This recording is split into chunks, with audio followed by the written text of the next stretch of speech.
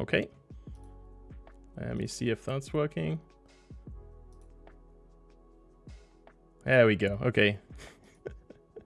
This is take 2, believe it or not.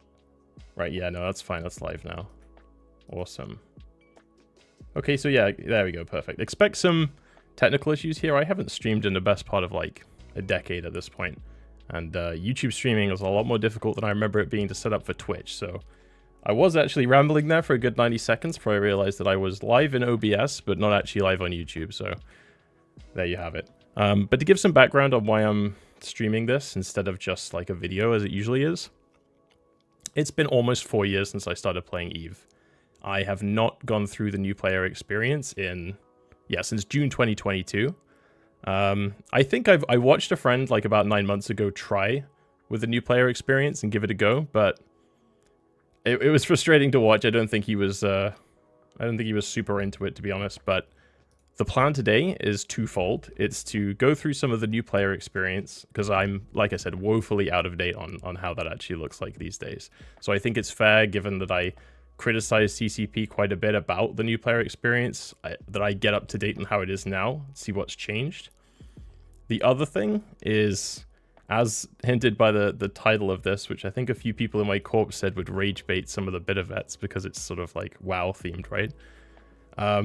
EVE was the first MMO I ever played, so it gave me a very weird perspective, I think, on other MMOs, and I think that's just as important for when I criticize it, right? That I can compare it, and I have. So since I started playing EVE, I picked up RuneScape, picked up World of Warcraft, I picked up a couple of other sort of similar games, and one thing I noticed that I think a lot of people coming over to EVE from those games are probably looking for is sort of a similar experience, especially onboarding. So this is why it ties into the new player experience, is that I think a lot of people, they're expecting a quest line, they're expecting to not have to really think too hard for the first couple of hours while it introduces you to everything. Now, EVE is not like that at all, right? It's a sandbox MMO. It doesn't hold your hand, quite famously. That's what people are always saying. Whether or not that's really true is a whole other thing. So I'm going to talk a little bit about that as well. But I want to see basically how far into EVE I can get, how much I can enjoy EVE, and how much I can explore without, first of all, paying for an account. This is an alpha account that I'm going to be using. Second of all, using the wiki basically as much as possible. Like, I'm just going to try and avoid it. Just see where the game can take me on its current, like, just in-game tutorial. And sort of where it directs me to. Because the last time I remember doing the new player experience, it felt like you either did mining or you didn't do the tutorial right. Like, it felt like it just wanted you to do mining. And mining has changed a little bit in the last year, but I still think it's not exactly the most engaging thing to get new players involved in. Perhaps some of them, they love that stuff. I don't know, but I think there are better options. Yeah. So let's just start up a new character, basically. The other one I think I literally made to do a recording of the character creation process, so it's basically fresh, but for the sake of it, we'll start a fresh new one. And I'm choosing Caldari just because all my characters are, but also I think, and this is again part of that new player experience, I think when I started playing, I'm pretty sure I picked Caldari because even the most cursory bit of Googling about this game, it kind of feels like they're the main characters, and that's probably also a problem in and of itself. They have Jita, like the trade hub that even about like 5 minutes of Googling about EVE will tell you about. They just kind of have main character energy, so I'm going to select them for the same reason I did back then. And select the same race as well. Now, it doesn't tell you, in fact, actually, that's probably, before we even get that far in, something to look at. Because I remember it's one of the first things I Googled. I want to see if it says anything here. No, so there's not really anything here that tells you something that I think is super important, which is that this doesn't actually matter, right? It used to matter. It used to matter quite a bit what you picked, from what I understand, but that was well before I started playing. But this is more or less just a choice that it depends. I think, if I remember rightly, it's going to decide where I spawn. I know that for sure. It's going to decide, I think, some of the skills that I get level 1 in, possibly a Hauler skill if I remember rightly, but nothing you couldn't cross-train in literally like 30 minutes. Nothing that important at all. And then obviously also, I think some hairstyles are race-specific too. So this matters a lot less than I think most players think at the beginning. And it's a really common question when you Google, if you look it up and say, like, which one should I choose? And thankfully, the knowledge that's out there now is pretty accurate. It says, don't worry about it, basically. Customize appearance and all that. Okay. So one thing that Eve, just close Evo preview. Yeah, one thing that Eve definitely gets pretty good these days is the actual character customizer. So we'll just pick something random here, right? I can't remember. It says hair or headwear. I can't remember if you actually can. No, okay, so there's no headwear up here. I presume maybe if you share that on another character on the same account, you can use it. I can't remember, but there's no actual headwear here. It's just hair options. Yeah, one of the Caldari options back in the day was the most optimal. Yeah, that makes sense. And I think it would be interesting. I wonder if CCP's ever released like a stat on like how many people choose which race, because I bet Caldari sees a lot of people for that reason. But whatever, we'll just go for something pretty random here. So immediately select the bold character, of course. Doesn't really matter too much. See, Eve's funny this way. In the clothes section, that's a good point. Yeah, hold on. Yeah, it'll be in the clothes. Good shout. Okay, yeah, I'll look through that in a second. But yeah, it's funny to me that Eve, not exactly renowned for seeing your character a whole lot other than in its character portrait, but has things like lash thickness. So I mean, fair enough. It's better than not having an option, but it is. I feel like if I remember rightly from when I started playing, this is something you can get really stuck in, kind of messing around, and you don't really realize that for the large part you won't actually see any of this. I don't think I've seen the lower half of my character's body in 3.5 years, so I don't know. He could be rocking absolutely anything down here, and I wouldn't know about it. So we'll just pick some of these. Don't need a mid layer if I remember rightly. Yeah, you can just kind of wear like your top here. Oh yeah, that just customizes that. Cool. Feet again. Yeah, never gonna see some of these. Cool. Let's give him something random here. There you go. Looks pretty cool, I'd say.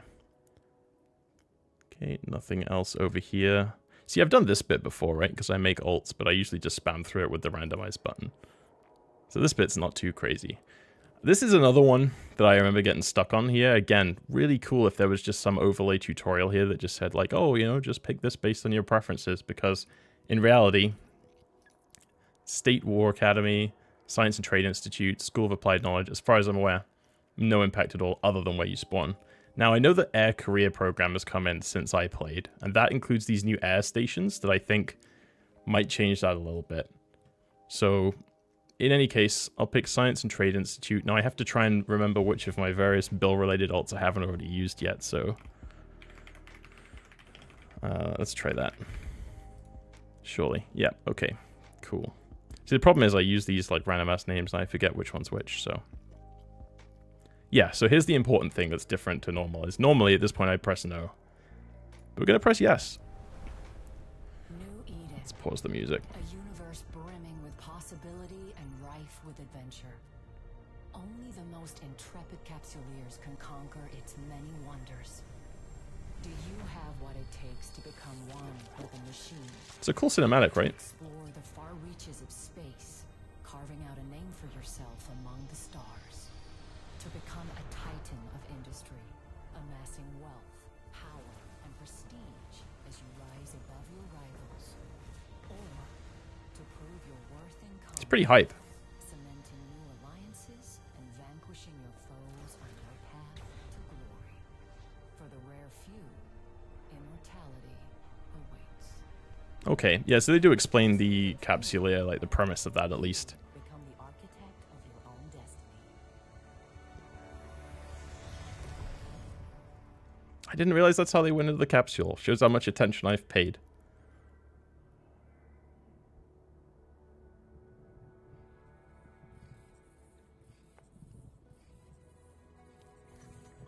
See, this is all completely new, yeah, because Air didn't exist when I started, so this is new to me.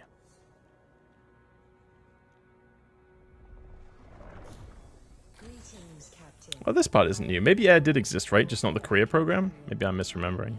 Because I remember this bit. Way through New Eden. Welcome to the first day of your new life as a capsuleer. I am now transferring your pod into a ship provided by Air. As See, it's cool watching this back knowing what the ships actually are. Yeah, okay, here's where it all goes wrong. Captain, an unidentified communicator.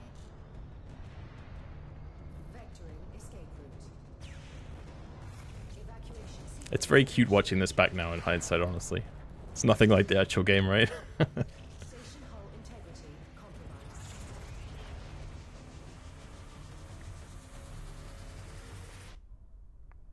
Damn. Yeah, the art team just never lets this stuff down, right? It's always the best. So fair enough. Oh, we're gonna get a smooth transition from cutscene to gameplay? No, okay. We're gonna have a quick fade to black. That's fair enough.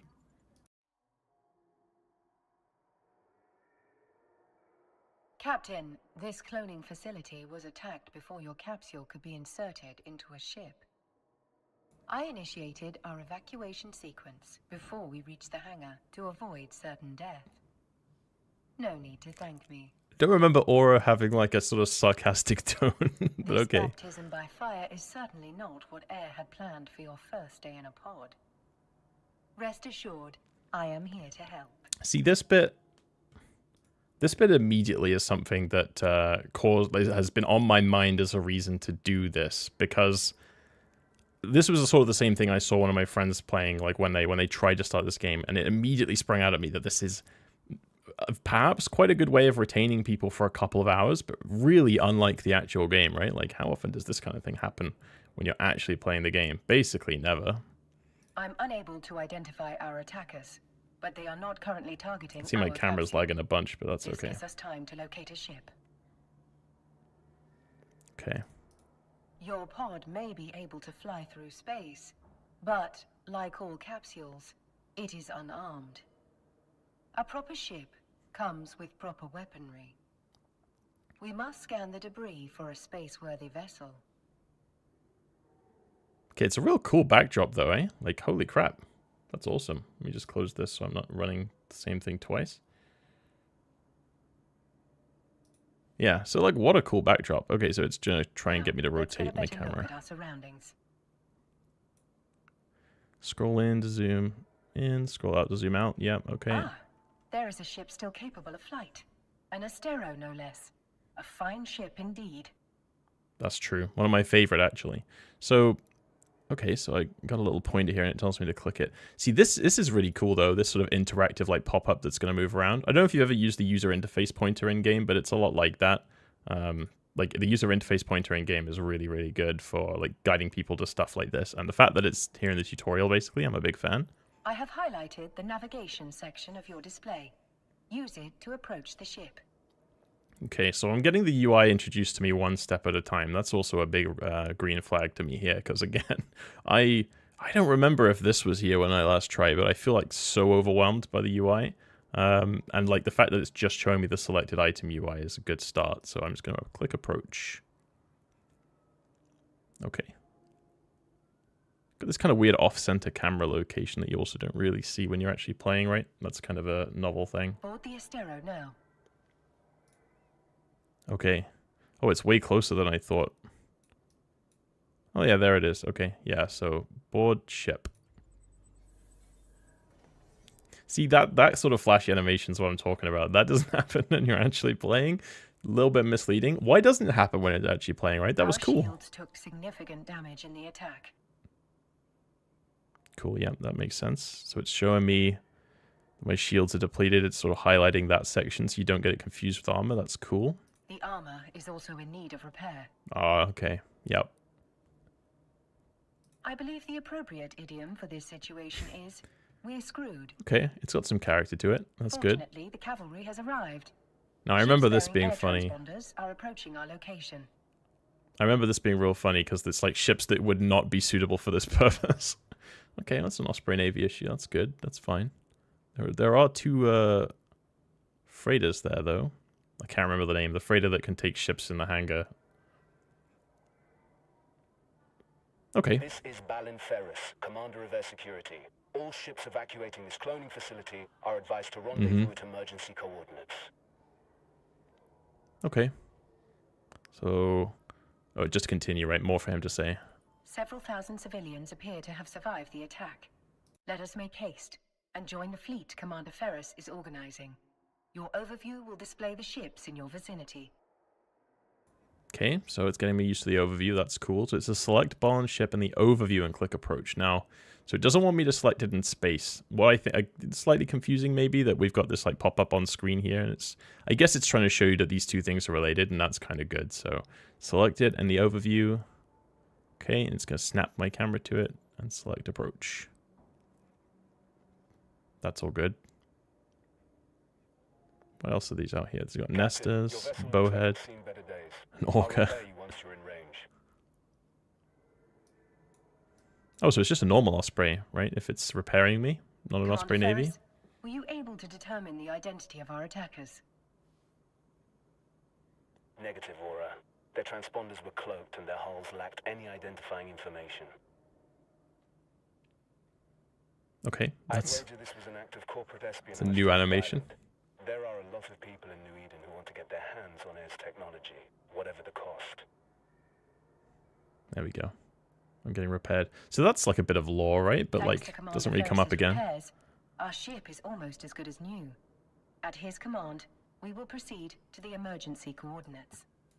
What a backdrop. The Air Korea stations are already beautiful enough, but like apparently exploding, they're even better. And the whole area looks super cool. So I can see why this, I mean, I don't know what my settings are on. If it's pulled it from my other clients, they're like pretty much maxed out, so I'm not surprised. But like there is a reason this game has a reputation for being like a wallpaper generator. Okay. All ships enter warp formation. See how, okay. I'll try not to criticize this too much. Being a little bit cynical. Okay, so I'm not doing anything right now. It's kind of taken out of my hands. I guess my ship's going to warp along with this Osprey to some destination. Warp drive active. Oh, screen shake's on. It's the first thing I had to turn off. I thought I wouldn't be able to play Eve when I first installed it because I was getting queasy from this animation. But thankfully, you can turn it off, which is good.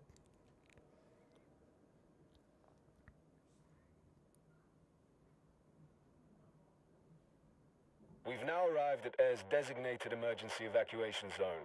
We'll be safe here while we regroup. Okay, so we've got two Brutixes, a Nesta, Osprey, the Orca, the Bowhead. It's a very unusual fleet comp, I think that's fair to say, but that's okay. They're very beautiful looking ships. Nothing wrong with showing them off, I think. See what, so yeah, this like I said, the Aura as well as this was like something that's jumped out at me when my friend was starting to play this game, because think about the missions in Eve, and that's why I've called this like questing. But think about the missions in Eve. The idea of just this guy popping up and a like voice casted line actually coming out, just such a crazy difference in the production value, right? Like you can see why new people log in and think, whoa, like what a game, this looks amazing. So we'll see how that gets like once we pass the tutorial. This location's cosmic abnormalities will mask our warp signatures from detection. But our appreciation of New Eden's natural wonders will have to wait. Mm-hmm. Captain, I could use your help. My sensors are picking up a strange signal nearby, but my forces are stretched thin defending the civilian fleet. Okay. So, I have a criticism right away. I'm not sure how well this is going to show up on stream, because if I refresh this, let me see kind of what it looks like on your guys' end. I don't know if my bitrate's going to be quite that good. Yeah, probably not amazing. But on the overview here, it says anomaly, and then type unidentified, and then just an S. It cuts off. So kind of already, like, even though I've, got my resolution set and everything, there's, like, things getting cut off in the UI. It's, like, a little bit sloppy. But, okay. It's showing me that that's what that is, and how I can see things like how far away it is, and what size it is. That's fair enough.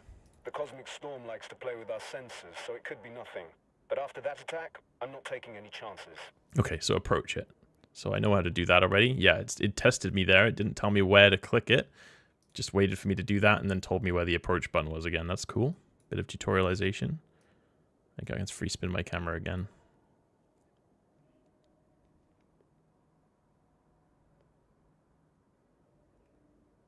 It's not going to make me burn this whole way, is it, at this speed?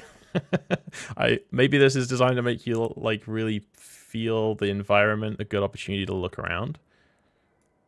I wonder when it's going to kick back in. Because I know, like, if something was 60k away, I'd be looking for my prop mod right now, but I haven't got one. So none of that, unfortunately. Initiating There we go. scan of unidentified That's good. signal. It's a good amount of time. Captain, hostiles inbound. Okay. We have to defend those unarmed civilian transports. All ships equipped for combat, form up around me. Okay, right. So it's showing you don't just approach things like that. You can approach people. You've already done that once before, so it knows. It wants me to orbit. Okay, so it's not saying anything about the orbit distance. I think that's fine. That's a lot to put on people right away, so it just wants me to click orbit. Cool. My sensors indicate that these are the same ships that attacked the cloning facility. Okay. They're on the overview. Red means bad, blue means good. We've established that quickly.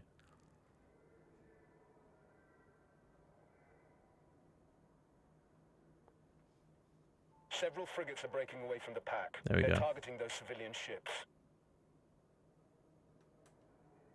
This will be your first combat experience as a capsuleer. Okay. Time to show these hostiles what you're truly made of. See, I'm doing all the camera work like quite confidently because I'd done this before, but I do remember fumbling around with this a lot when I started, right? It's not super intuitive. I think I installed this game thinking I'd need to get out like my joystick or something. I didn't think it would be like camera controlled even. So that was a big change. So I can either select it or I can click next up here. I'm kind of curious what it'll do. Orbit the frigate first. Oh, okay. Good. That's what I was checking. So it wants me to do this before I can proceed. So I'll orbit this frigate. We're too far away, Captain. Thankfully, our ship is equipped with a module that will boost our speed. Good, good, good. Yep. Activate the afterburner module highlighted on your display. My database of ancient... Oh, We're now within range. bit too quick on that one. Lock your target. Okay, showing me how to lock. So again, nice user interface pop-ups, nice and easy. I like that the camera's Lock following. confirmed. Time to hit them where it hurts. Yeah, I like that the camera's following the enemy because, right, that's something a lot of people turn off pretty early on playing EVE, myself included, and it's really hard to orient yourself in 3D space like that. I think I use like the strategic overlay most of the time. I think that's just kind of, you know, what most people end up doing, but this like really does make you feel like you are in this ship, right? Like it's immersive. It's almost third person. Okay, so I've targeted them. Fire at will, Captain. Make sure to use both of your guns. Okay, that's clever. So rather than stacking them, it has them as two separate modules. So it wants me to show me that I can click each one. That's it, Captain. Let him have it. Awesome. Okay, it's better than I remember it, right? To be honest. It's because I already, you know, don't necessarily have to learn anything. Okay, and it doesn't really show me Another like what's hostile happening ship up there. incoming. A cruiser this time. It's larger and better armed than those frigates. What an exhilarating way to test your combat abilities. Okay. I'm hoping this is a little bit, it focuses on like what damage I'm doing, because I saw the damage pop-ups in the middle. That's very standard MMO fare, right? But I didn't notice, even myself, I didn't notice that I had the targeted item up here. I forgot where that would be because I've moved it obviously when I normally play, so I hope it draws attention to that. That cruiser is traveling fast. At its current speed, it will reach the civilian transports before we do. Okay. Use your stasis webifier. Oh, okay, a little bit ahead of it. Right, so it wants me to orbit it and use my web. Stasis webifier. So it doesn't point to the stasis webifier yet. I wonder if it will. To ensure success, to lock. we must lock our target. Yep.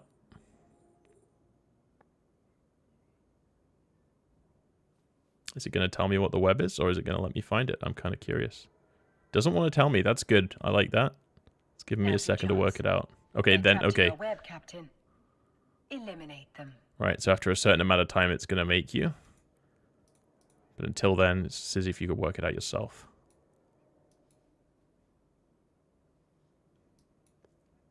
See, people talk about Eve not holding your hand, right? This is pretty hand-holdy.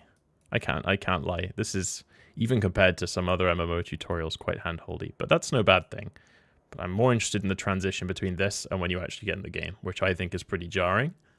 But we'll see. Maybe again, I'm misremembering. Getting good reps from the other guy, though, so I feel like you can't really lose here. It's just orbiting around waiting for it to die. Again, I kind of wish it would draw more attention to what's happening at the top right here, where I can see the shield, armor, and structure going down. I think it'd be quite easy to miss what's happening up there, or the significance of it.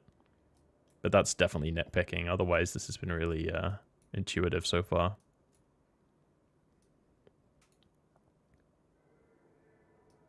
Not a lot of background noise. Good job, Captain.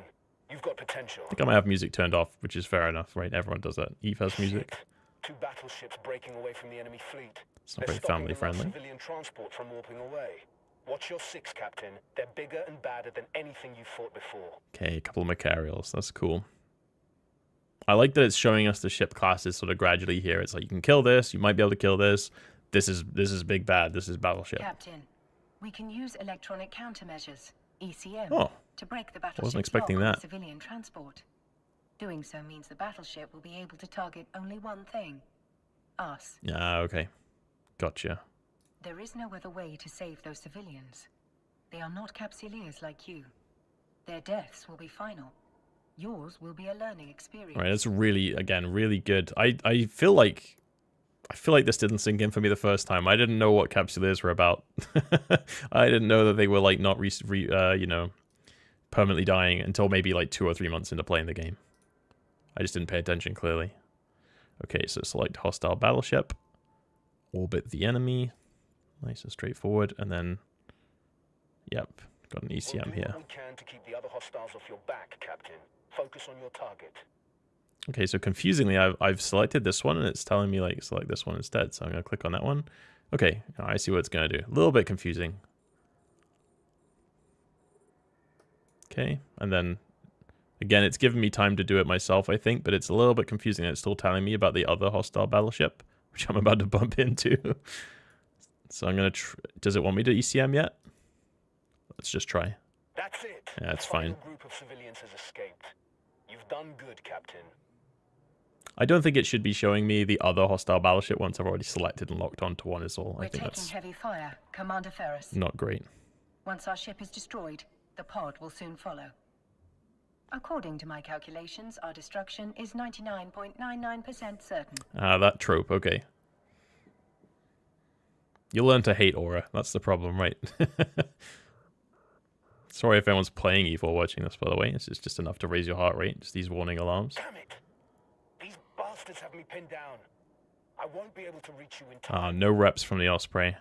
You fought well today, Captain. This is a warrior's death. Luckily for you, it will not be your last. Okay. Cool. So if I think that's basically the tutorial done. This is the bit I'm always curious about, is this transition from what was actually a pretty short tutorial, right? That was like 25 minutes, not even 20 minutes, something like that. You are a Capsuleer. Let's see. For you, death is not an end. It is simply the beginning of a new adventure. As always, I will see you on the other side. Okay. Welcome back to the world of the living, Captain. This is what I know. I hope your death was not too uncomfortable. Your neural data has been transferred to a fresh clone body. But before you stretch your new legs, someone very important would like to meet you. I have no idea. Okay. Allow me to introduce myself. Who- I am who Vesper knows? Calatrix, Air's Vice President of Operations. Commander Ferris spoke highly of your courage under fire. You went out with quite the bang. But from what he tells me, you deserve more than just our thanks. Okay, so it's a new character introduction. In fact, we have some credits waiting for you. I have... The attack on the cloning facility interrupted your integration into Air's career program. We've re-established your connection to the program, and you've already earned a reward. I've never seen Eve just write credits like that with just the K. It feels like an immersion break, right? It's just ISK. But fair enough, right? They're trying to get you to understand that. That's all cool. So I heard the sound of getting money then, but I don't have a UI to see that yet. So I think we're about to get that gradually introduced as well, like the Neocom. So we'll see. You can Yeah, access there we the go. Air Career program via your Neocom. Okay, so it's showing me that here. See, this again is definitely new. Welcome to the program, where Capsuleers can forge their own path through New Eden while earning rewards for their progress. Taking part in your first combat and experiencing your first ship loss have already earned you some interstellar credits, aka IS. Nice, okay. You can claim it now. Okay.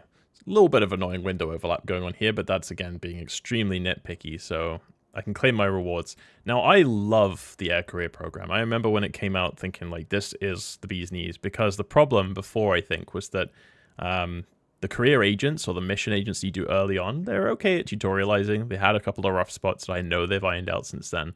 But a really good comparison that kind of introduced me to how good a mechanism this is when I was playing a bit of old school RuneScape. And they have a lot of these sort of logs where it's like not a quest, right? Because there are a lot of quests in that game, but a sort of general self-directed, like, here are some things you can kind of check off your checklist. And that's pretty much what the Air Career Program is. So I think it's going to guide us through it now, but this is like your much more self-directed and sort of sandbox-friendly way of doing a tutorial that still holds up that reputation of, like, doesn't hold your hand, even though, as we just saw, it kind of does. So let's claim that. The rewards you just claimed are available to redeem. Okay. Exit the program to proceed. So it also is jumping out at me. I didn't even notice it because I think my head, I just wrote it off. Because if you've seen any of my videos, you know I don't really care very much for freelance jobs.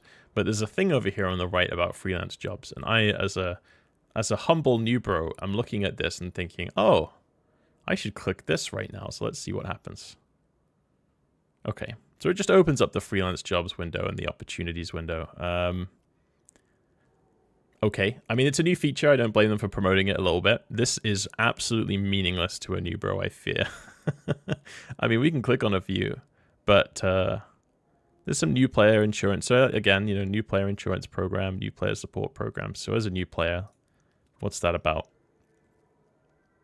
This is absolute information overload for a new bro right now. So just massive amount of UI. So what does progress mean? I don't even know. Destroy non-capsuleers in any location. Okay, I mean, let's just accept this, right? I'm a new bro.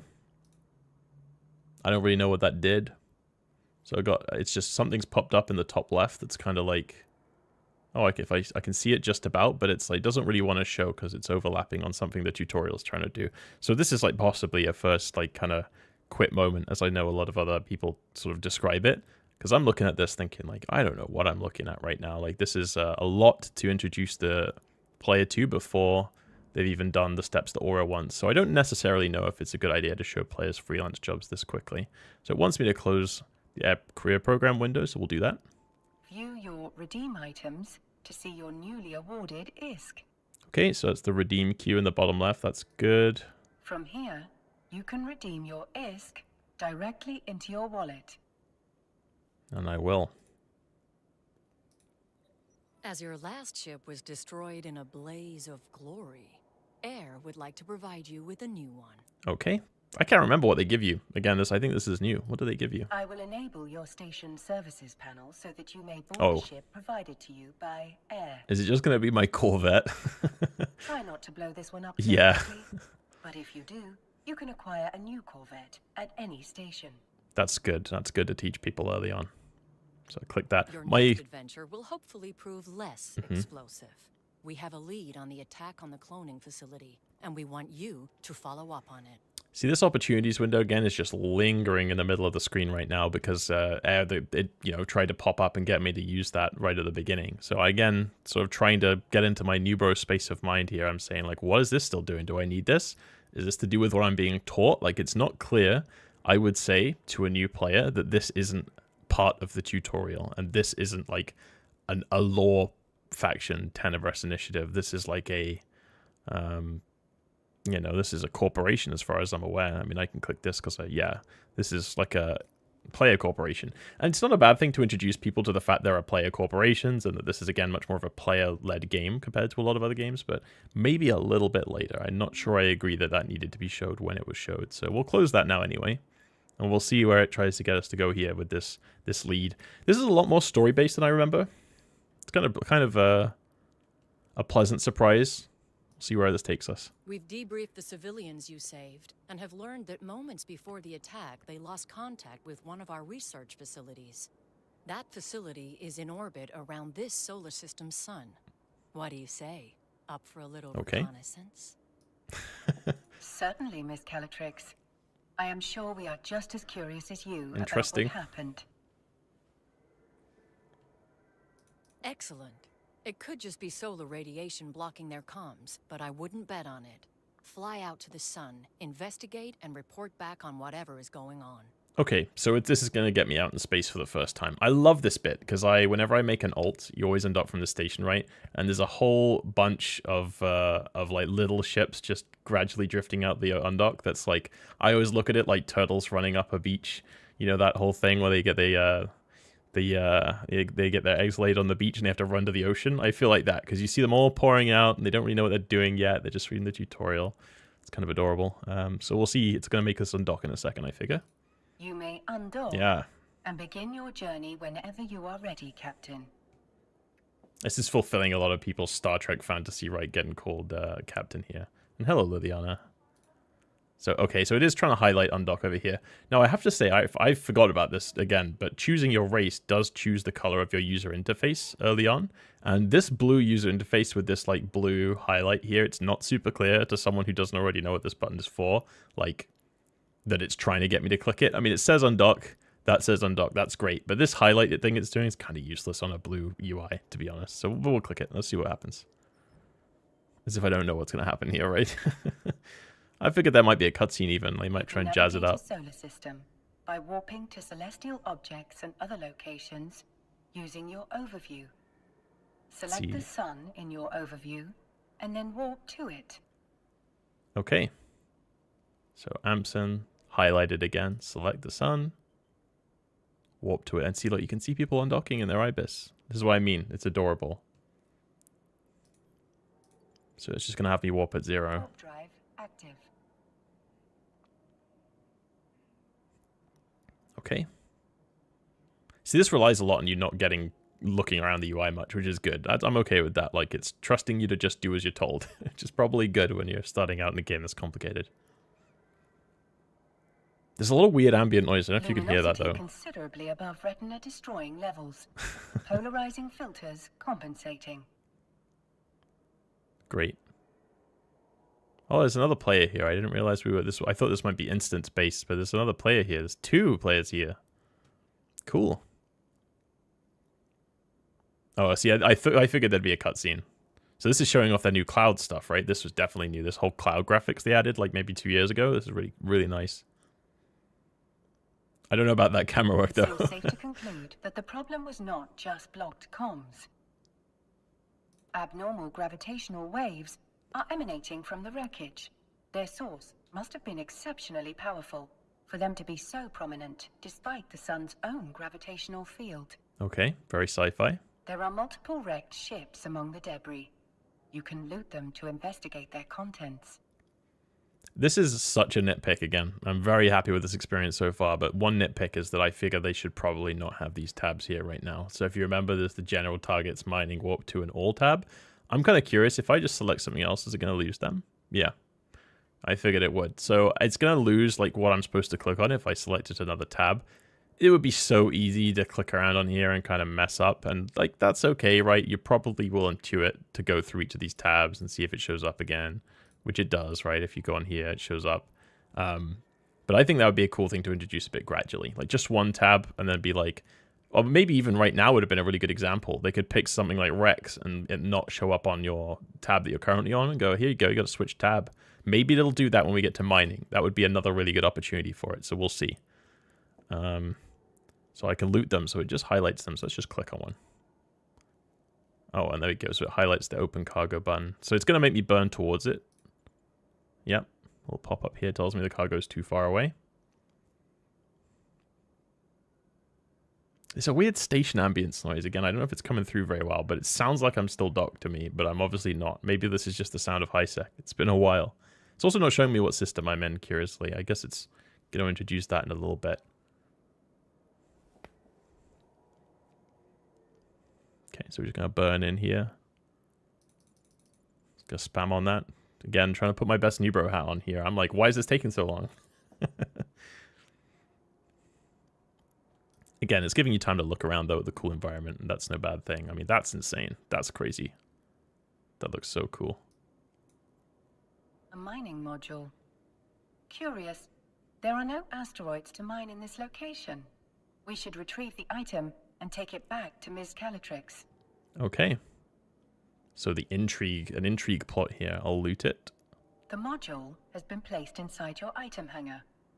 You can access it again in the future by reopening your inventory. I'm going to bump this other For now, ibis. Oh. close your inventory window to proceed. Okay. We can return to the station whenever you are ready, Captain. This is interesting. So I have two options here. It's highlighting in blue over here on the right that I can select the NPC station. And I know that obviously by clicking on that, I can warp to it and dock. However, on the left over here, much like you do with any missions in this game, you have a dock button that you can just click and it'll do it automatically. And that's great.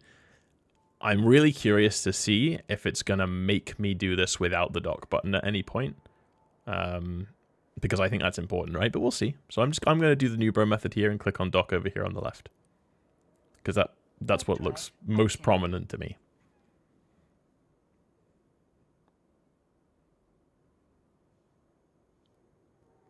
Awesome, okay. That screen shake, I'll leave it on for now. Get the authentic experience.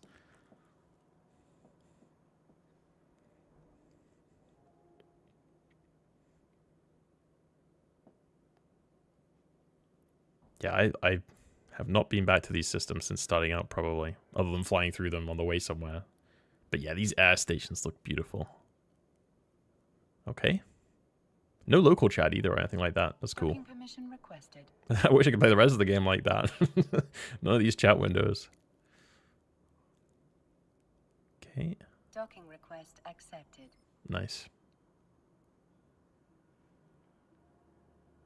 Welcome back. Welcome back. Oh. So what did you discover? Oh. So the audio's playing twice. It's a good start.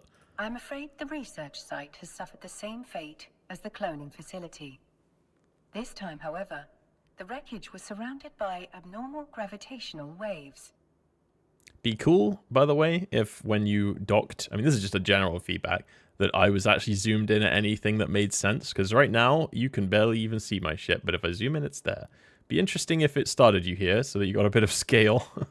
Otherwise, you have no idea. It just looks like this random bit of scenery you're supposed to be looking at.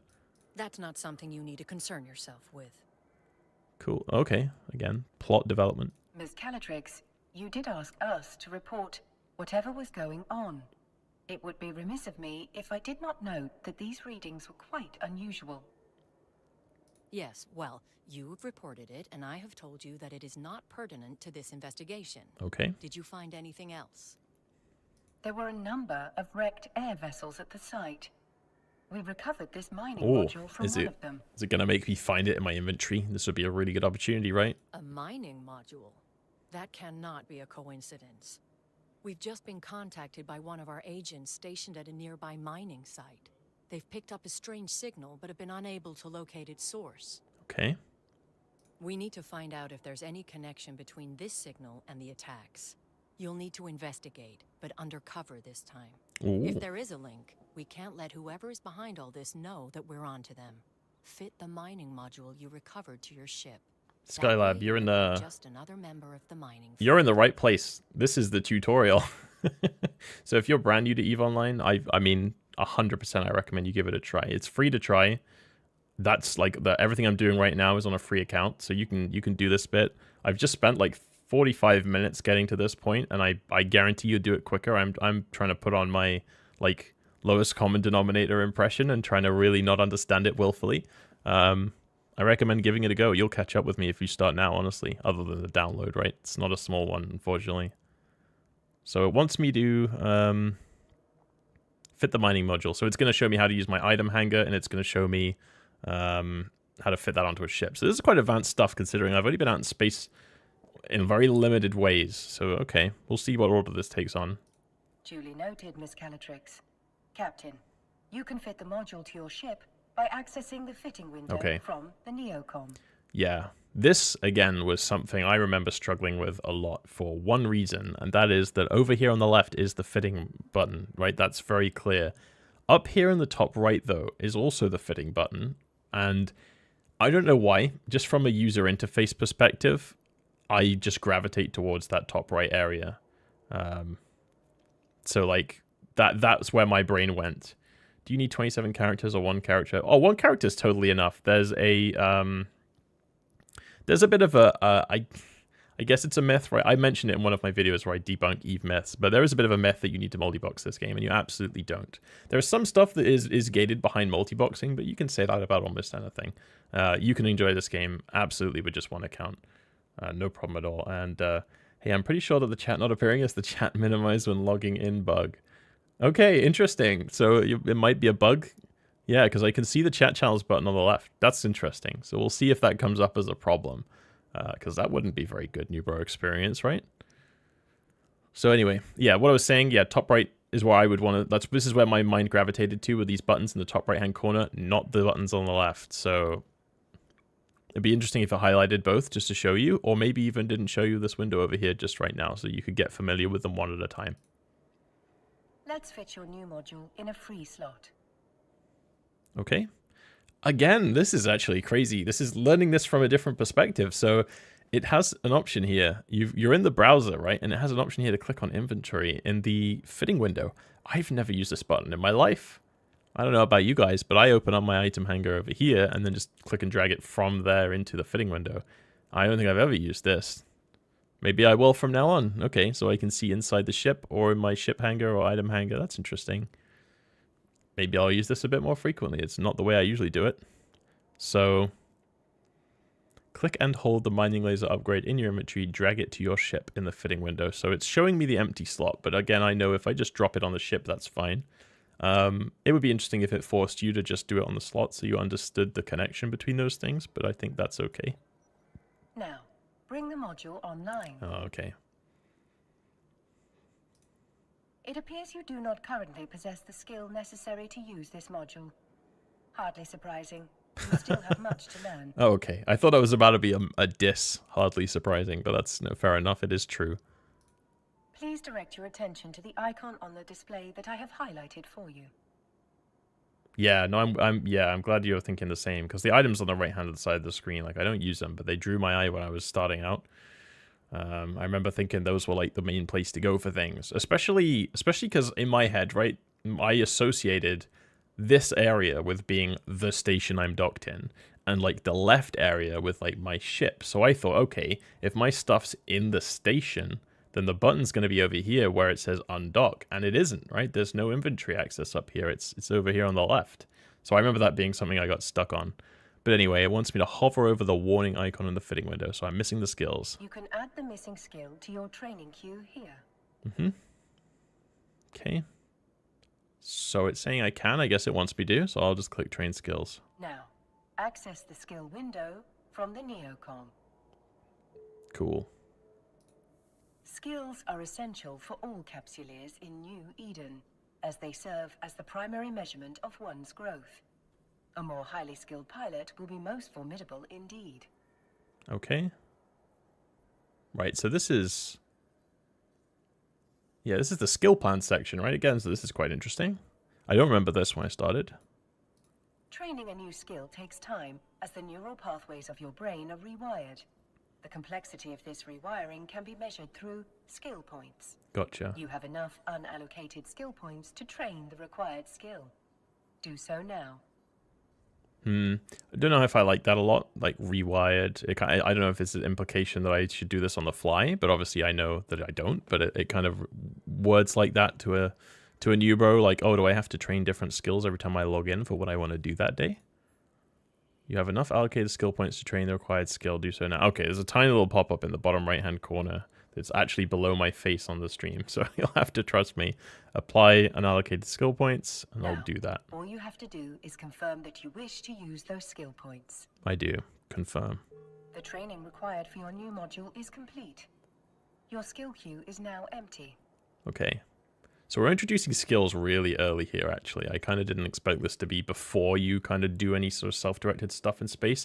I thought they'd give you an objective that you couldn't achieve that wasn't necessarily fitting a module. But I guess that's difficult, right? Because what can you do and what things can you not do in space without a certain skill that aren't related to fitting a module?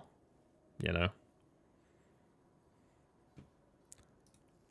I should point out that you can train skills while doing other things. It's a good strategy to always have something training. I guarantee other capsuleers will be doing just that. We wouldn't want you to fall behind your peers, would we? Okay. Miss Calatrix's advice is sound. You should always have a skill in training. Let's start with this new one, and may it be the first of many. Okay, so this is a bit weird the way this is laid out again. I can see start training down here, but my really finicky way of looking at this is what skill am I training right now? I don't know. Like, I've clicked on air. Like, what does any of this mean? So it wants me to click start training here. Let's just see if it tells me about the difference between training plans or skill plans and skills, because I don't know. The more skills you acquire, the stronger you'll be.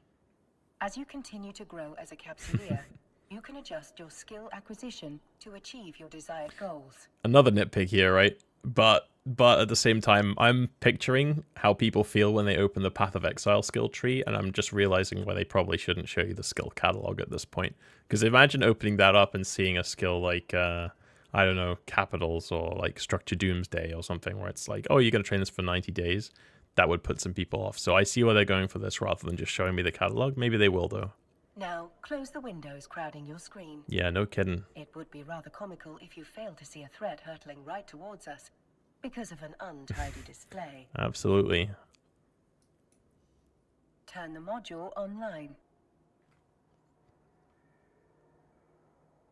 Okay, so it's relying on, we're getting past that point now where it's starting to make me intuit things again. So it's telling me what it wants me to achieve rather than what it wants me to click, which I wish the Eve Galaxy Heroes, Galaxy Conquest, I can't remember what it's called, the mobile game. I wish that took some notes from this because I've been recording some of that lately, and it's I think I've been playing for about 2 hours, and I don't think I've had to click on anything the game didn't have a massive arrow pointing at yet, but this is already getting me to be a bit more intuitive, which is good. Well done, Captain. You can now close the fitting window. Yep. Looks like you're ready to go, Captain. We've sent the details of your assignment to your Opportunities interface. Okay. So this is, again, where things are going to get a bit messy. I've ranted a lot about the frustrating inclusion of the Opportunities interface, the Air Career Program, and the agency. They serve different purposes that are really difficult to understand unless you were there when they got introduced, right? And this is a classic problem with a lot of MMOs and expansions, is that if you weren't there to see why they changed something, sometimes the change makes no sense. And this is one of my biggest problems with those systems right now, is that the Opportunities interface is good, the agency is good, Air Career Program is good, but it makes no sense to me why they're in different sections or why those sections are called what they're called. So we'll kind of see how that works out. You can access the Opportunities interface via your Neocom. Okay. Select introductions. Opportunities can help you discover key information about a variety of activities available to you. Select the highlighted entry for further details. Okay. These are kind of fleshed out, right? These are really rich, actually, compared to like stuff you'll see later on. We've uploaded the key information on your assignment here. Whenever you're ready to take the next step in our investigation, you can click here to begin. Okay.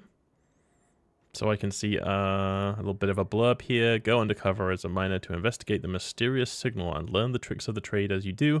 What lies beyond that is up to you as you begin to forge your own path in New Eden. Introduction to mining, trading, navigation between solar systems, running missions, and building an Eve career. That's pretty much all-encompassing, actually. So I'm really intrigued to see if I really do feel like I understand all those things.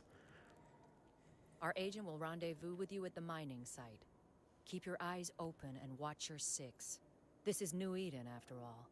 You never know what danger is lurking around the next Stargate. That's fair. Miss Calatrix is right. Time is of the essence. I suspect something nefarious might be occurring at the air mining site. Undock from the station so we can begin our journey there. I can't remember. I wonder who's going to be the big bad here, actually. Like, I really can't remember. Because, like, almost every MMO, when they start out like this, they kind of have to introduce, like, who is the bad guy, who is the good guys. The Air Career Program, so far, that character has been real cagey. It's kind of implied that they're, like, maybe covering something up or can't tell you everything, and that's a little bit suspicious. But then also, like, there's other stations getting attacked, so it's probably not them who's the big bad. There's probably someone else, and I can't remember because, like, we've had a few big bads in Eve's time, right? We've got the Triglavian invasion, we've got the Drifter crisis, I mean, the empires are always constantly at war. So I guess we'll see once we undock again. It's not telling me to close this window. Interestingly, it's gonna make me remember that I don't want to die because something happens behind my window. Your info panel has been updated with the mining site's coordinates. Let us make haste and walk to the site immediately. Okay. My chat window showed up now. That's a good sign. I'm going to close this window. And again, interesting. Walk to site over here on the left. Nothing over here on the right. I mean, that's kind of normal for these. That's typical for a mission. But it has yet to kind of force me to use the overview to warp to anything that isn't like a station. But I guess it'll probably do that when we gate. It would be my best solution because there's not really another way. I guess there isn't the auto planner though, like autopilot or whatever. See if it introduces that. Okay. Eve does look good though. That part's never changed.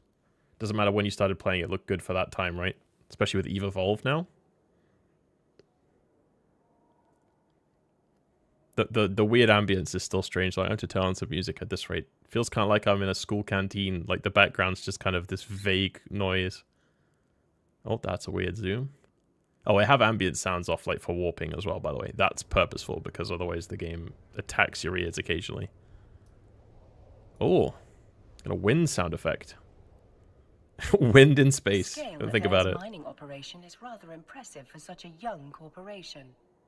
They must be remarkably well funded. It is little wonder that Miss Calatrix would suspect espionage. I don't know about this wind sound effect. It's so distracting. Further speculation will have to wait. We're being hailed by that orca. Oh, okay. You must be the fresh meat Vesper told me to expect. Elias Peltonen's a name, mining's a game. But you're not just here to mine, are you? Oh, okay. Yeah. So again, they're very, very much more story driven than I remember. We're here to assist in any way we can with locating the source of the unusual signal you've intercepted. Yep.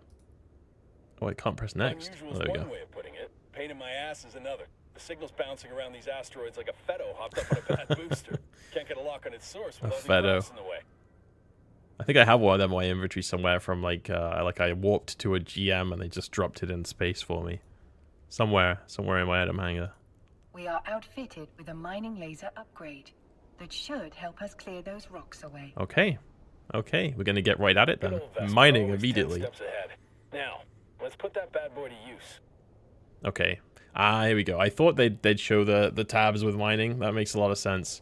This is kind of what I meant though. We're going straight into mining, but we'll see how much it labors on the point. Best way to blend in cutscene. is by getting your hands dirty with the crew.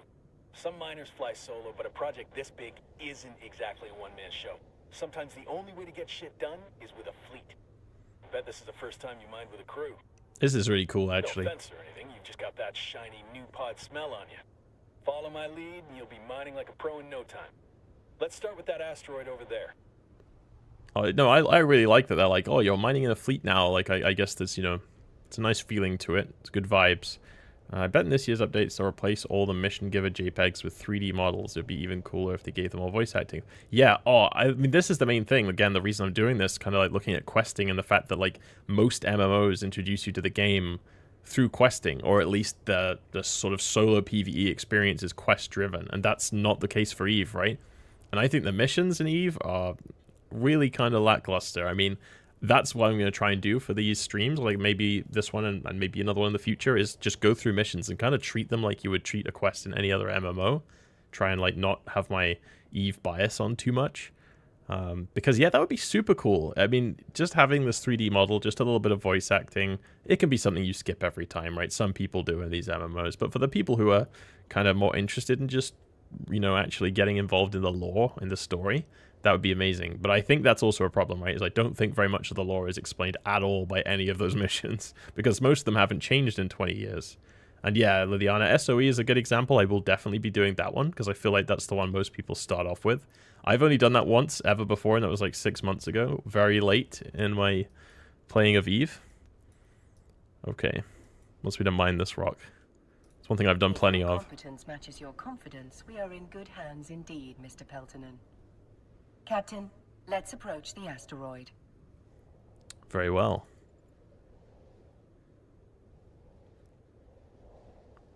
I don't like this wind sound effect at all. Call me Elias. Mr. Pelton makes me feel like an old man. My old man, specifically. Miserable son of a bitch. Just about spat in my face when I left his crusty old Caldari corp to make my own way. Hey, I'm a Caldari. Sincerest apologies, Elias. Our first name basis shall commence immediately. Good. I like to keep things informal here. Keeps morale up. This crew's full of people like me, following the siren song of sweet, sweet independence. Doesn't hurt that the money's good, too. Okay. We just kind of drift in the space wind that is really loud compared to everything else, actually. It sounds like I'm in a gale. So at this point, I'm unsure if it wants me to do anything more. I mean, I know I'm probably not in range to mine yet. Here we You're go. now within range There we of go. the asteroid. We should stop here. Stop ship. Here we are. You ready to rock? Get it? Rock? Just a sprinkle of mining humor for you. Okay. Lock onto that asteroid, Captain. Okay.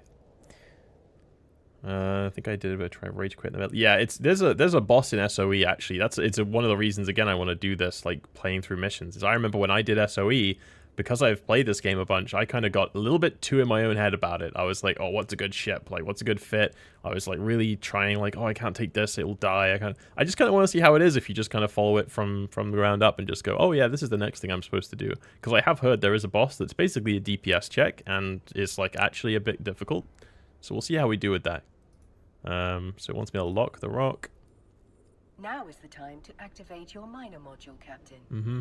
The length of the module's activity, most commonly known as a mining cycle, will impact the amount Oh, of course, ore the you mining collect. cycles are a lot quicker now For too. now, I recommend allowing the module to run in full cycles to obtain the highest yield possible.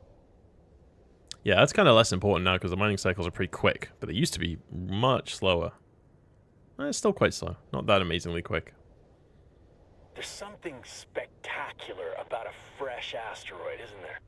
Play your cards right and that giant hunk of rock becomes a giant pile of riches. Okay.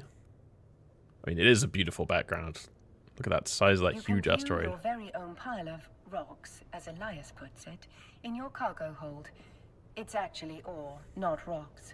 But I assume Elias is resorting to basic linguistic wordplay, a very human tendency. Okay. It might not look like much, but that's not just a pile of ore. It's a pile of possibilities.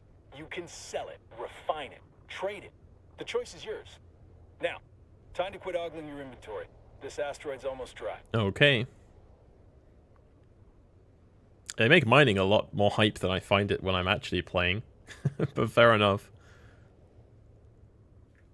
Okay, I just have to wait until it's dry. There we go. Asteroid is Harvesting resources is one of the best ways to earn money in New Eden. And if you're gonna make it as a capsuleer, the one thing you gotta know is that money is king.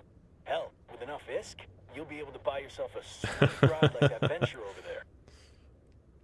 It might as well be free, to be honest, That's but one yeah. down. And now, on to the next. Okay. Next Follow me, asteroid. Captain, and stick close. This asteroid field can be a bitch to navigate. I don't like that because again, it's setting the scene, but like I think it's actually quite important at this stage for players to know that like hitting into an asteroid isn't a thing. Like that's something that could definitely confuse some people. But it is you know it's atmospheric. It's not dissonant with the story. So I'm gonna turn on my prop mod. I'm gonna be proactive here in that decision. Which I think is probably why they've put us this far away from the rock, because it would take ages to get within 10k without the afterburner on.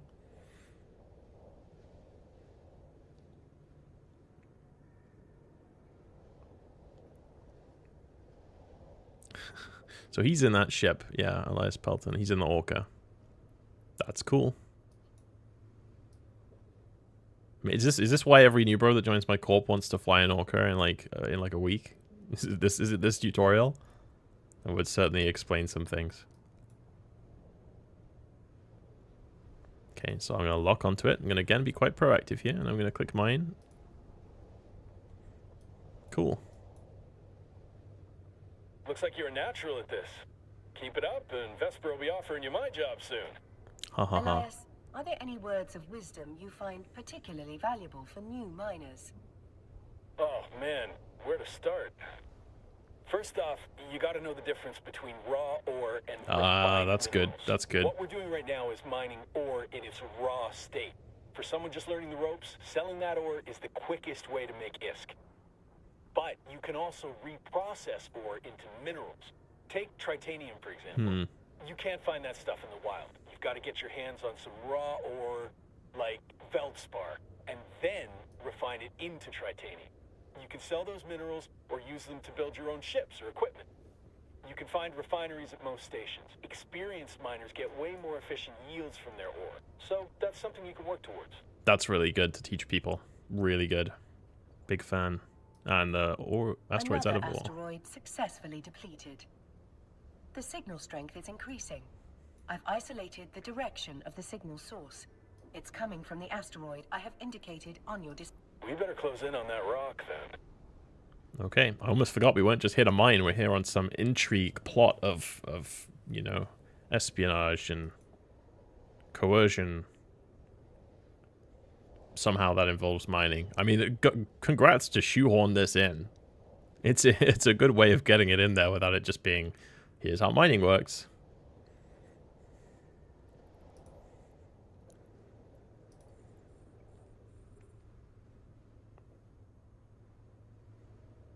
Okay. The signal is exceptionally strong in this location. Oh, it doesn't even want me to mine Let's it stop yet. the ship here.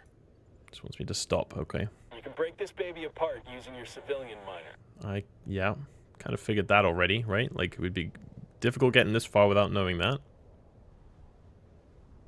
Just like that. We can whittle away at this asteroid without damaging whatever's broadcasting that signal. Cool. So once this is out of... oh, I forgot that the mining surveyor is available to me right now, right? Yeah. It's not a module anymore. I can do that anywhere. Even in an IBIS.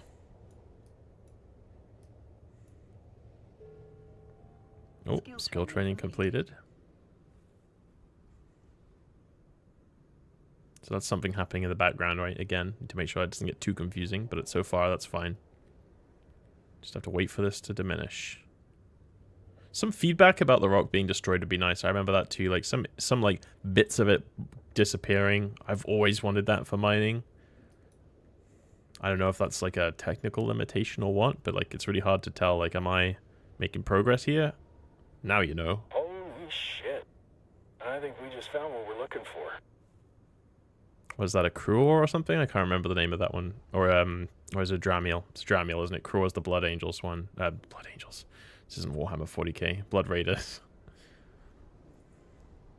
Yeah, it's a The signal Dramiel. source appears to be that wrecked frigate. This particular model is a Dramiel. Most notably, it bears a striking resemblance to the ships that attacked the cloning facility. Okay. Let's Isn't prepare that to Angel take a closer Cartel? look. I can't remember what the Dramiel is. So are they the big bad? It's teaching me The fact that something. The wreck is isolated leads me to believe that the Dramiel was sent to this location to serve as a scout ship. Okay. I'm curious. Will it Well, let me... We're not going to get any solid answers all the way over here. Let's move in. Will it let me show info? I want to see if it is Angel Cartel. Oh, it doesn't say. It's just because it's yeah, it's just an item here. It's not actually a Dramiel wreck. It is just an item that is a wrecked Dramiel. Okay, let's approach. Again. Oh, I've already got my AB on. That's good. So it looks like they're going to be the big bad for this tutorial. Which again, it's sort of an interesting method here, because like that's only going to be relevant to your site running and mission running if you're in like certain areas of space, right, that actually fight those rats. If you're in like a Mars space or like Domain, you're fighting Santia, and that could be a bit confusing. Or Blood Raiders if you're in like Genesis. The signal is strongest in the vicinity of the Dramiel's cargo hold. Okay. Ah, it's showing me I can loot things in space. No, that's really good. I already love did the that once, feeling of actually. Striking gold. Go and grab whatever it is. Jammy old black box. Okay. It appears to be a black box, a device designed to survive the destruction of the vessel carrying it. Such boxes can be used to record vital flight data, but also to store valuable items. I don't know if this needs tutorializing, right? There's no such thing in the game, a black box, right? We can skip past this. That's nice and all, but can you open it? Yeah, I'm thinking what he's thinking. Negative, Elias. Captain, the box is protected by multiple layers of encryption. While it's theoretically possible to hack into such a container, you will need significantly more training in that skill before attempting such a feat. Okay. Don't think it's safe to crack it open here anyway. So we're Where gonna there's do smoke, hacking? there's Like, fire. actually? One scout ship might mean they got friends lurking nearby. If we could trace that signal, so could someone else. Okay. Better get the box and whatever's in it back to Vesper. She'll know. Elias is correct, Captain. The box may contain the answers we need to discover why those unidentified ships attacked the cloning facility, and why one was spying on this mining site. Seems reasonable. I do Yep. what I can. If someone went to the trouble of protecting whatever's in that box, it must be something valuable. I bet whoever sent that scout ship will be real salty that we got our hands on it. Stay sharp, So Captain. we're teaching very early on that the main gameplay loop is making people salty. So I respect that a lot because that is very accurate. Thank you, Elias. Your guidance has been most helpful. Mm-hmm. Let's dock at the station. Okay. I'm certain Vesper is more than eager to see Now, what we've found. This is exactly what I was talking about before, and really, really good, actually. I'm super impressed to see this, because last time it told us to dock at a station, it was like, go and press the dock button over here on the left. This time it's like, hey, look, the station's here, bozo. Like, it's over here on your overview. And that's good, because I think I struggled with that when I started. I can't remember for sure, but I think that was something I struggled with. I was like, you know, well, where do I even go to do this? So it's showing me it's here. And then dock, again, is highlighted. Awesome. Does hold your hand a lot more than I remember, and a lot more than some people say. Let's get away from this space wind. It's driving me nuts.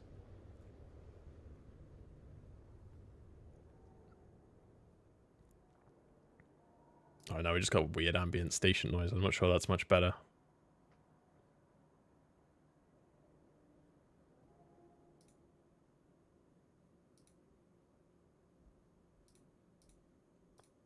Okay. Out of the warp tunnel. I haven't docked an NPC station in game in a while now. Out in Sovnal. Well, except for when I'm recording. Plenty of that then. Welcome back, Captain. Elias tells me you've brought a gift. Indeed we have, Miss Calatrix. And this gift comes wrapped in several layers of complex encryption. So it's not going to have us hack it in space, right? It's not going to be a hacking minigame because we're not... we're back in a station now, so that's not what it's going to be. I kind of thought maybe we'd be doing hacking already, but I guess the game's decided that it's a bit soon for that. I'll pass that box along to our expert hackers. If they can't crack it open, no one can. Thank you for finding it. Air is once again in your debt. Elias also informs me that you're carrying a fair amount of ore. We can take that off your hands in exchange for some ISK. Mind if I take a look? Okay, yeah, fair enough. So we're going to show how to sell? Okay, yeah, so I have to actually open it up. Show how to sell items. This will be interesting. In order to sell the ore, you must first transfer it from the cargo hold to your item hanger. Good. This is something I remember struggling with a lot as well, was that there were some missions in the new player experience where it was like, oh, turn this item in, but it had to be in your item hanger. And then there were others where it was like, oh, turn this item in, but it had to be in your ship hanger, and it was really inconsistent. And this, again, it's good to show the difference, show that it means something, because I literally, that was, I think, my first quit moment with Eve, was when I was like, these missions are like not even consistent with themselves. I don't know how to get things from this section to this section. Nice and straightforward. Now, let's switch over to the item hanger. Select the ore to see what you can do with it. Oh, see, it says select, but it means right-click on the ore and select sell item. Not sure about that. In this instance, we want to sell it to Miss Calatrix. Okay. Now, I wonder if this is like a staged interaction, right? Could I come here and, like, put a buy order up for Nephrite at, like, 1 ISK? Or is that not allowed? Nearly done. All that's left is to confirm the sale by selecting the appropriate button. Done. That's a nice haul you've got there. I've transferred the ISK to your wallet. I think you'll find I've been more than generous. Yeah. Wow. I'm a big money over here. 345,000 ISK. I laugh, but it's probably not far off how much I have on my main right now. I'm broke as hell. So it wants me to click on my wallet. In your wallet, you can view the total balance of ISK in your possession. Okay. Your recent market transactions will show you how much ISK you acquired by selling the ore. The highlighted entry shows how much money you received from Air in exchange for the ore. Well, nothing's highlighted, but okay. There's only one entry. It's not difficult to work that one out. The wallet offers a wealth of information. It provides a convenient location to view your recent transactions, track your market history, or audit your accounts. Okay. Whenever Audit an your item is accounts. sold in New Eden, a tax is applied to that sale. The market entry displays your most recent transaction tax. I'm not sure if I was trying to appeal to new players. I would be like, here's how to audit your accounts, guys. It's really exciting. You can become an auditor as part of this game. But I joke, but like that is something I do every month for the corp, right? So it's kind of accurate, but I don't think that's a great player retention strategy. Maybe the kind of people it appeals to, though, right? Like there is a certain type of person that plays EVE. Maybe they all like auditing their accounts. Once you've finished gazing at your newfound riches, Yep. close your wallet and inventory. Okay. It's time we turned our attention to a more pressing issue. The mysterious box we discovered at the mining site. As good as they are, it'll take some time for my team to hack through the encryptions on the box. You might as well use this time to explore Okay. what New Eden has to offer. The Right. Air Career Program will help you on your journey. Is this self-directed, or is it going to tell me which one to do? I hope at this point it probably tells me which one to do still, because I think if I was just let loose on the Air Career Program right now, I'd do something really stupid, like try and do the like go through 5 systems in each security status, like I end up out in nullsec for some reason, right? And that might be a bit early for that. Let's The see. opportunities available to you have been organized into 4 career paths.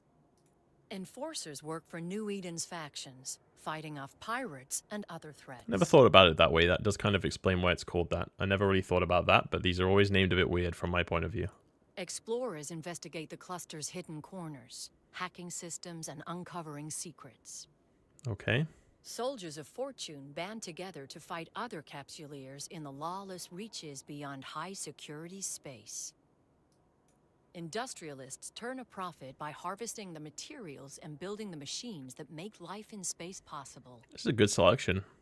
Choose the path you want to explore first. Your choice won't limit you, and you can That's explore good. as many different paths as you like.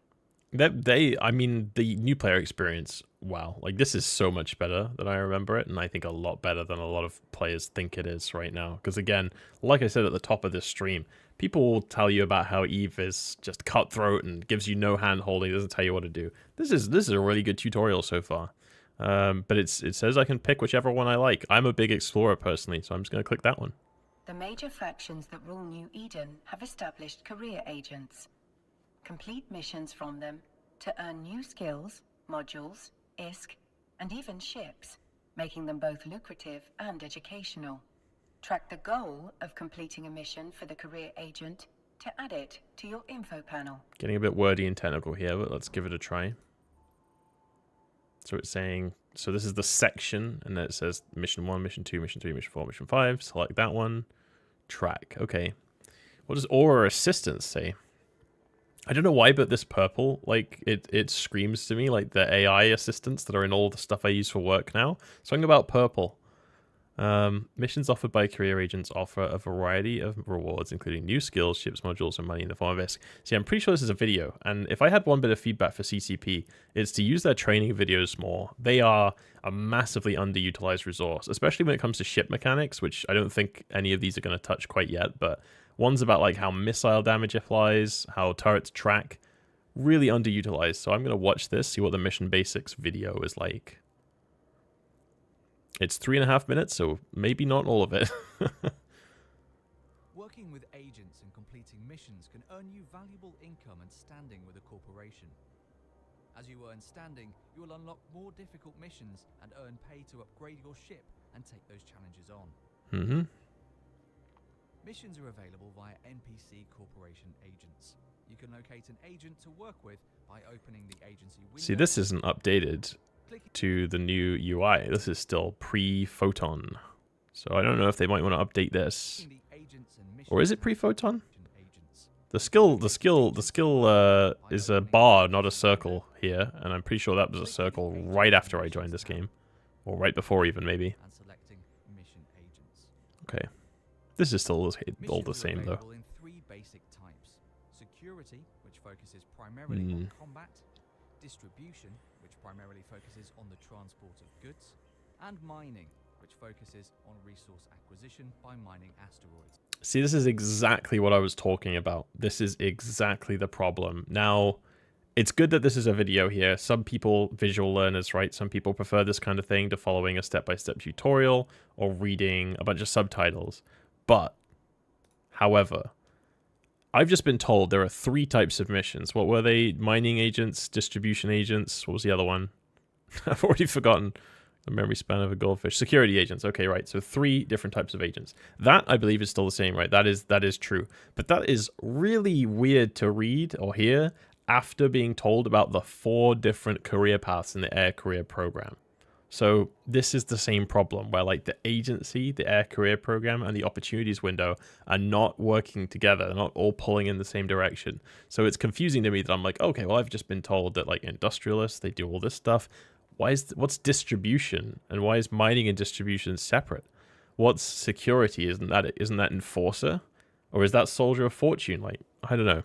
I'm gonna close this now. Like, I feel like this is all gonna be a little bit out of date, but it's that kind of stuff. And while this video I could say just needs updating, the agency still has these things in them, so it doesn't really change the fact that it is quite confusing.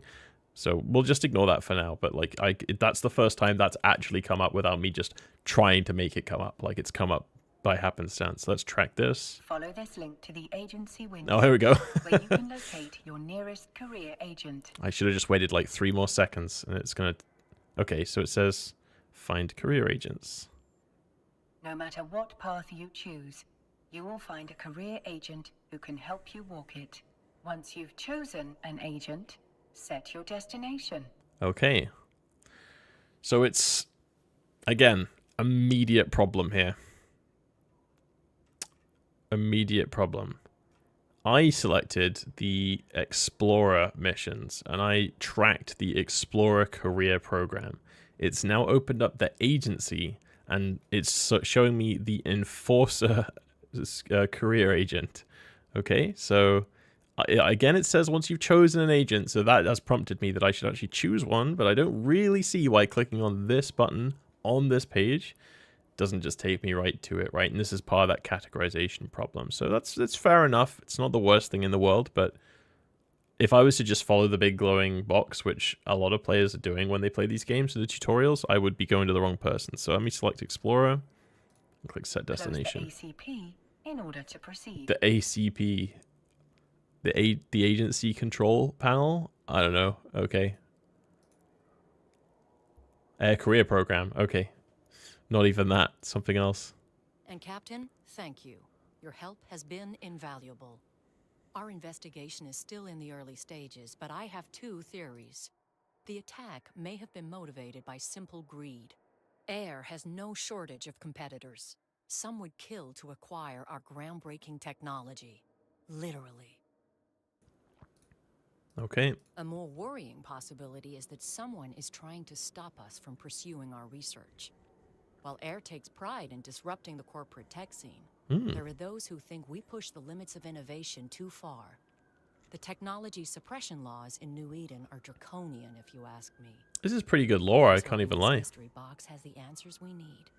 Okay. Once my team has cracked it open, I'll be in touch. I didn't know any of this about Air disrupting the corporate tech scene, and honestly, I didn't know much about the technology suppression laws in New Eden, so again, I'm maybe learning things I didn't know before at this point. Much appreciated, Miss Calatrix. I await any and all updates with bated breath. Metaphorically speaking, of course. I don't Yeah, okay, breathe. we're still doing that bit. Captain, when you're ready, we can undock and begin the next phase of our journey. I do wonder how you'll die next. I suppose that is what ancient philosophers called morbid curiosity. Okay, so I'm kind of figuring that this will be the first time that Aura goes away, for want of a better phrase. And barely comes back for the rest of the game. No, I think she'll pop up a lot more during these agents than she used to, but we'll see. Now that no one is Oh, she's actively back trying to already. kill us, I will teach you how to navigate in space. Okay. Yeah, no, that's fair. Primary mode of interstellar travel through New Eden is via stargates. We will proceed to our destination through these stargates. First, select the destination I've highlighted in your overview. I hope it tells you that it is yellow. That's a really specific thing. But the fact that everything's been flashing blue right now to tell me that's where I need to click is interesting. It's kind of a good way of pointing people, but it's not very long lasting. It's not building an understanding of what normally points to things in this game, because what normally points to things is yellow, right? The little yellow Stargate icon, which is tiny on the stream. I should make my user interface bigger at some point here, but yeah, we'll see. Stargates are also called jump gates because Yep. of the way ships seem to jump between distant locations. Now, initiate jumping to your destination. User interface of EVE Online reminds you of the end user interface of Blender. It's probably equally as terrifying. I've only ever opened up Blender and felt immediate dread and trepidation, so that's probably pretty accurate. We are making our way through high security space under the control of the Caldari state. That should mean that we are free from any immediate peril. Though please note, my emphasis is on the word should. Good. Yeah. Can still get killed out here in high-sec, God knows. That's true.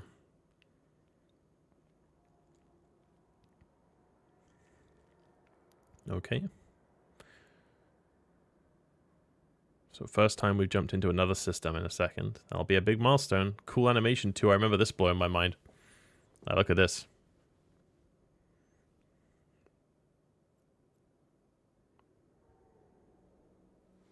Okay. Is it gonna... Interesting. So it's pre-selected the place I need to go to because I have it set as my destination, right? So it's just telling me to click jump up here. That's probably okay. I still don't feel like it's tutorialized what setting the destination actually did. Like clicking set destination. The Caldari state is a stoic nation Yep. governed by powerful mega corporations. They have been in conflict with the Gallente ever since seceding from the Federation. Didn't know that. They are currently at war, but it is mostly restricted to low security I knew they were at states. war. I didn't realize they As seceded. a capsuleer, you will be safe from the conflict. That is, unless you choose to enlist. Unless. Yeah, so that's going to be, if you've watched my video on like what's coming in 2026, that's a big thing, is that they're going to try and funnel players at this stage much more into that Empire's warring stuff, which is good. But we'll see how they do it. It's going to take a lot of fine tuning. But it's good that it gets you on that. Again, the lore is way better than I remember. I feel in this world, I feel kind of immersed. I remember having trouble with that when I started, so really good. We've reached our destination. Time to initiate the docking sequence, Captain. As I understand, the lore between Amar and Caldari is they're friends. Am I right in saying that, I think? Because I think they're basically just friends because they're each of their section's bad guys. Because Amar and Minmatar are at war, and Amar are pretty obviously the bad guys, and then Caldari and Gallente are at war, and Caldari are kind of the bad guys. So they used to be that if you enlisted in one, you could fight with the other, but they took that away. So you do actually have to... You're only at war with one other faction if you enlist now, not two. So let's dock up in Juvelin. I had to say that one.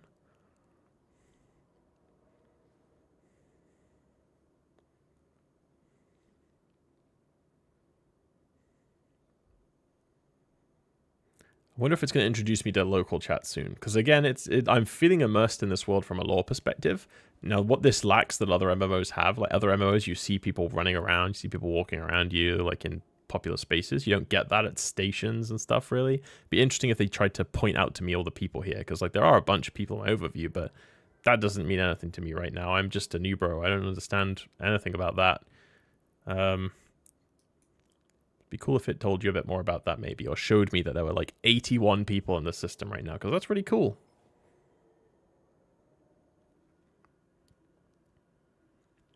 Now don't be shy. begin a conversation with an agent. I'm sure they will love you. And if they don't, they will simply have to tolerate you. That's the way it is. Where to Live helped me get back into EVE after a long period of winning. Got a referral code. I don't have a referral code for EVE just specifically because I don't know. I don't like the idea of necessarily being incentivized to give CCP like the positive ratings and like buy from their store. But I do have a code with a third-party retailer. If you go into the description of this stream, it should be there. MarkyDragon.com, where you can buy a sub and use coupon code BILL for like 3% off. It's not very much, but it's a kickback. If you buy through the EVE store, though, and you prefer more comfortable doing it through the EVE store, that's fine too. I don't have a code there, but welcome back to the game. How long were you winning for? Because like a lot has changed probably, right? It's a cool time to come back, but you probably end up having to do the tutorial again. It's never hurts to open up a new character and do it, and then just switch back to your old one. So double-click any agent to start a conversation. So again, I already selected at one point which agent I wanted to be using from the career program, so kind of surprised there's no indication as to which it is, but I do remember I selected the Explorer, so I'm just going to double-click on that one. Your choice of career agent will not limit you in any way. Good, yeah. You can choose to work with multiple agents, but let's focus on just one for now. To begin the next phase of what I'm sure will be an illustrious career, accept a mission. What is this pose, by the way? This guy's just like, he's got that imaginary lat syndrome going on. Okay, so there's a bit of lore here that's very nitpicky here too. The fact that this lore text box here is like it's collapsed by default. Nuh-uh. Like, this is the first time I've interacted with a mission agent. Like, it's fine if I don't want to read them after that, right? Like, it's like space barring through quests in RuneScape or just clicking accept in WoW. Like, that's fine. But for the first one, show me the whole text. I don't think it's too much to ask me to read that now. Make an explorer out of you. Once you've undocked in space, open your probe scanner and select the Warp 2 button for a location named Anomaly Training Site. So it's got a user interface pointer right here that won't work because I'm not currently undocked. So I guess when I undock, I'll be able to click that. It'll still be visible somewhere. Warp to it and I'll give you further instructions once you've made it there. Don't worry about combat this time around. That's good. Again, I like that. It's keeping the expectations very clear. I'm not about to lose my ship because a lot of new players, they get really worried that they're going to lose their stuff, even though, you know, it's free. This Corvette cost me nothing. Career agents offer adventures designed to hone your skills. AIR has provided a skill plan unique to each agent to assist with your progress. Since we always want to have a skill in training, let's dive into one of those plans. Okay. It's a weird time to do this. Since you have accepted the Explorer's mission, you should select the Explorer career path. Okay. For your chosen career path, you will want to train the Air Explorer skill plan. Done. All good Capsuleers will always have a skill in training. And you are a good Capsuleer, are you not? It's a weird way of doing this. To prove to me what a good Capsuleer you are, add the skills to your queue and begin training them. Hey yo. Okay. So add the skills to your queue. So it just says start training. So I'm going to add all these. Okay, so I do see it says show skill plan contents. That's fair enough. I don't really understand what they're not doing with this white space down here, or in this case black space, but like having the skills show down here in a list. I don't really understand why this needs to be a big pop-up, why it can't just be down here. Using skill plans to guide your progression will make your life easier and prove rewarding. As you explore different career opportunities, you will find skill plans tailored to match your evolving goals. I'll have to take a look at that at some point once we're in a little bit less of the guided spot, because I remember the skill plans being pretty lackluster, honestly. I remember them, well, to be fair, they didn't quite exist in the same capacity that they do now. I had to use ones from like EVE University Wiki and stuff like that, but the ones now are, I don't think they get you very far, but we'll take a look. Career agents will sometimes reward Capsuleers with new ships. It is wise to have the skills required for those ships in your training queue. Yep. We're almost ready to embark on our new adventure. Okay. Now is the perfect time to close any windows you no longer need on your display. Okay, yeah, I think this is about the right amount of time for them to be letting you a little bit more loose. We'll see how loose it lets us get. Missions you have accepted or been offered are added to your opportunities interface. Open it to take a look. Yeah, my moaning's going to begin again here because we're going to go into the opportunities window when we accepted this mission from the agency window after we clicked on a link in the Air Career Program window. It's getting already pretty bad for, like, why? You know, why is it in this? Why isn't it in the same place? In every other game you've played, right, you probably look at your quest details in the same place you accepted the quest, but not in Eve. Different place for that. So let's have a look. Here, you can view the mission briefing, objectives, and rewards. When you are ready, you may close the window.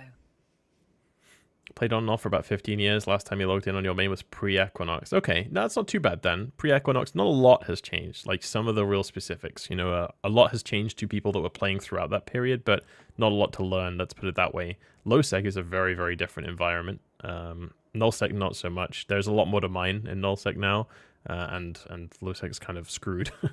Moons are just not really very valuable anymore. They're all Metanox. Like, you don't see a lot of manual moon mining, aside from some of the very best. So if you were into mining, probably some things to catch up on. If you were into pretty much anything else, you're fine. And Horde is gone. That's probably the big one. Pandemic Horde is no more, if you remember them. If you're in high sec, though, like, again, not much has changed either. Okay. I think we've been let loose. I think that's it. I think we just have to follow more general instructions now. So travel to location, undock. So I'm gonna undock. Exciting, actually. I remember I got to about this point when I started the first time, and then I had to run out of my apartment because the fire alarm went off, and I just sat here on the undock for like 3 hours while standing outside in the cold. And I thought, oh, my ship's gonna be dead when I get back. It wasn't. It was fine. Okay. So, right away, I'm lost. My inventory window is in the way. The sub in Eve is not a bit too expensive. Yeah, no, it is hard to disagree, right? It was my first ever MMO, so my barrier, like sort of my mental idea of like how much was worth it was a bit different. And now having played other MMOs, right, like specifically RuneScape and World of Warcraft recently, the amount of value you get for your money is a lot better in those games. I can't even lie. Now, MMOs are not like other games in the sense that once you kind of get into one and you're really into it and you kind of treat it more as a hobby than a game, at least that's how I treat Eve, it's worth it for me because, you know, I have put well over 10,000 hours in this game at this point. It's a problem. Or at least it used to be. I'm way more chill about it now, but I absolutely used to no-life this game. And in that way, absolutely got every bang for my buck possible. But there are other MMOs, absolutely, that you get a lot better value out of, if that's kind of the way you want to look at things. I think it's unique enough that it's hard to judge it on that basis, though, so I still think it's very much worth it. I would recommend, though, keep an eye on sales, buy in like 3-month bundles. It's one of those things where people say like, oh, $15 a month, or I don't know how much it is in dollars, right? I think it's like £15 a month, whatever that is. And they go, oh, that's way too much. That's way too expensive. But if you actually, it's kind of like Domino's Pizza, right? If you're paying full price, you're doing something wrong. There are a lot of deals to get a lot lower prices. There's sales almost every other week, which again, it shouldn't be gatekept like that. It shouldn't be that new players are penalized for not knowing that, but it kind of is the way. At a crossroads for the 20 a month in Eve. Yeah, no, absolutely. And yeah, there are free trials as well. There are sort of frequent like weekend or week-long times where like everyone gets like a free sub, especially during expansion launches and stuff. So that's something to watch out for too. You can also get a long way without paying. Right now I'm on an alpha account. I've got people, probably not anymore, but I used to have a lot of people in my corp that were still in alpha accounts, and absolutely no problem, right? Like it changes how you play a bit compared to anyone who has an Omega account, but you can make it work. Like it is not that difficult. And also, this isn't a great selling point necessarily, but later on, you can pay for your sub with in-game money. I do not recommend trying to do that early on. It will be a miserable experience, but it is something that much later on, it's not that hard to do. Right, so I've undocked. I don't have any idea what to do. So I know my opportunities window is up here.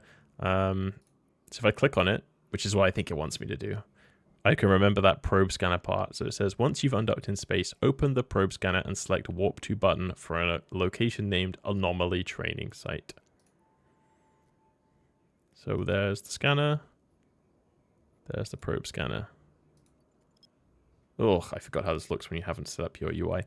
Alpha SP limit, that's kind of crappy. Yeah, the SP limit is annoying, absolutely. It's one of those things that kind of penalizes players who haven't already worked out like what is the right thing to get yet and what's the right thing to train, and that's new bros, right? So it's kind of harsh because you know, they're going to waste some of those SP on things they don't need because they don't know what everything does yet. So 100% with you on that. However, like the way I try and think about it is most MMOs either don't have an option like that or they are just really heavily monetized by like in-game purchases and stuff. And this game is not quite like that. We can have a whole discussion about whether or not EVE is pay to win. That's a complicated discussion. That's definitely would take me multiple hours at least. But it's not very heavily monetized in that way. You pay your subscription fee and that's it. You don't get gate kept behind anything else. There's no other stuff that you need to pay for already. There's lots of optional stuff to pay for, but again, that's a whole other discussion. So I'm immediately hating how this opens up, by the way, because I am told I have to go to a place I already forgot the name of, and half of the names of these places are cut off because of the resolution I'm set at, which is just 1440p. Nothing unusual. So the fact that this opens in full screen is really obnoxious, so I'm just going to turn it back to floating. But that's not something that would be super clear to a new bro. So I'm going to a place called Anomaly Training Site, which I assume is that one. Yep. And what does it say? Select the Warp to button. Clear. Okay.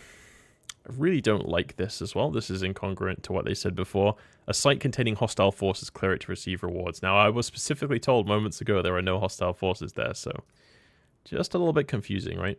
Just going to trust it, though. Let's close all this gubbins. I'm purposefully not moving my UI around very much because that's just kind of how people that's just kind of how new bros. If you ever watched a new bro play this game, their UI is all over the place. So we're keeping to that.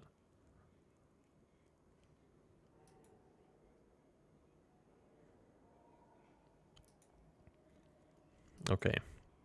So I'm guessing this is going to teach me hacking, right? Exploration? Or is it going to take a very generous definition of what that is? Okay, incoming transmission. So this is where we stop getting the voice-acted stuff, right? This is where we start having to read.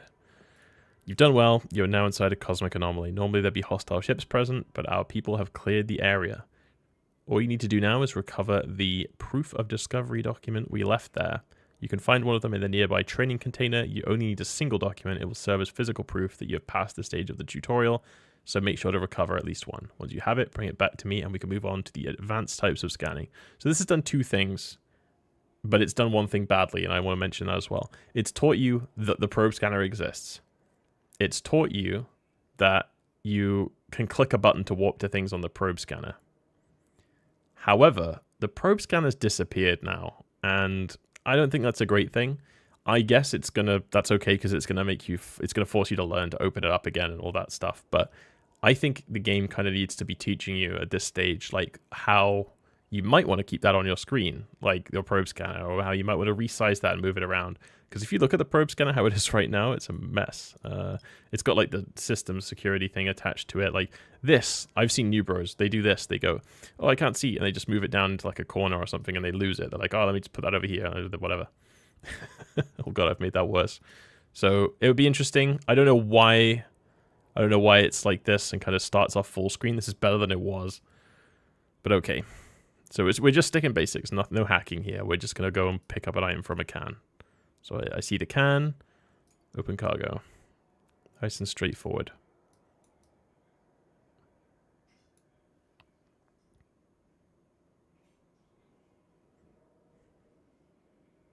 Again, super beautiful. Can't complain about that.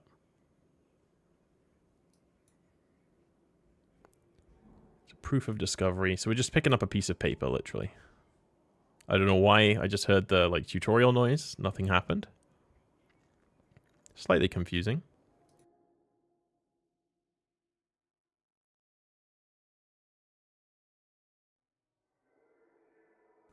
Okay. Oh, right. This is like a broken ship. It's not just any old container. Okay. Oh, big bounce. So as I approached it, it changed what section my inventory window here was on, and I don't think that was super clear. no problem with it particularly, but I kind of always wondered why Eve doesn't work like most of the games, where like when you pick something up, it opens like a little modal of like the stuff that's in that ship, and your inventory window is just separately elsewhere. Because I kind of keep my inventory window like where my camera would be right now on the stream. When clicking like pick up an item, I kind of want something to pop up in the middle or like maybe in a different place. It's like, here's what's in there. I just click loot and it disappears. But instead, it just changes tab on your inventory. So I'll just click loot all. See what I mean? Like that transition there, it's not very satisfying to me. Whatever. I am, again, really nitpicking very consciously. So I can see over here, I need to dock again. Is it going to make me bump against this asteroid? Okay. Oh, I don't know about that. Because the new player right now is going, why is my ship, like, doing this little dance? Oh, the lighting on the asteroid's actually really sick. That kind of took me off guard. But oh, and I'm inside it. Okay. I mean, it is what it is, right? I'm sure these things are generated somewhat dynamically, so I'm sure this wasn't the plan, but maybe a little bit confusing. Wear goggles. I thought the look doesn't work quite the same without the goggles, right? But I can't see anything out of them. I can't see shit. So glasses it is. I need to get prescription welding goggles. That's the answer. I can barely read black words on white text with the goggles on. So seeing white text on black background, like, no chance. No chance at all. Okay. See, this was like the first quit moment again that I had when I first played, because I remember docking up, I had this item and I was like, why wouldn't it let me accept? And it turned out I had to put it in the item hanger, and then on a later quest it was the other way around. I bet they exist, right, prescription welding goggles, but because they're an industrial thing, I bet they're a fortune as opposed to the like £15 I paid for those goggles. Yeah, I could replace them with prescription sunglasses glass. My one thing I have been tempted to do is to cut the, because there's like swim goggles, the goggles, they have like an elastic, like a rubber strap, is to cut that off and then just like glue on glasses arms so that it can rest on my nose rather than being like a strap. We'll see. So anyway, complete mission over here, start conversation. So, okay, this is nice and straightforward. Acquire these goods. Drop off location. See, interesting. I haven't taken it out of my hold, have I? Yeah, it's still in my hold, so it's going to let me complete it that way. You can access the Air Career program via your Neocom. Out of nowhere, or it's just like, look at the Air Career program. So, I'm getting two things at the same time here. I'm getting told I can go to the Air Career program, or I can request a mission right in front of me, right? So I'm guessing the Air Career program is where I'm going to go, because that's where Aura is telling me. So you're strapped in. Yeah, the straps, they're also really uncomfortable, I have to admit. Even just not including not being able to see. Okay, so I've got some rewards from completing mission 1. Click claim. I wonder if Aura is going to tell me how to complete mission 2, or if I have to do that on my own now. See, I clicked claim instead of claim all. She didn't like that. Still saying claim all. I've disobeyed Aura, and I will pay for it. Yep. You've handled yourself remarkably well. If you find yourself confused as you explore the stars, there is a help section available in the agency. Okay. So again, in quick succession, we've been in opportunities window, agency, Air Career program. Really confusing for new bros. I hate this. So I go to the agency for help. I've just closed the Air Career program that's supposed to be for new bros to know what to do, and then I'm in the opportunities window to see how to complete the quest. I didn't even realize chat was still on. Yeah. Okay, so agency, so it's going to show me the help section. Cool. Here, you can learn more about being a new Eden Capsuleer. For now, you can close the agency. So I moaned about 15 minutes ago about how they don't promote the video section enough, but I guess they do. I guess they do here. Though there are thousands of copies of Aura in New Eden, I am glad to be your Aura. It's a bit weird. Have I said too much? My sentimentality protocols may need adjusting. Now it's time for you to venture out into the stars. Go forth and show New Eden what you are truly made Yeah, look at of. the pose on this guy, right? It's outrageous. Okay.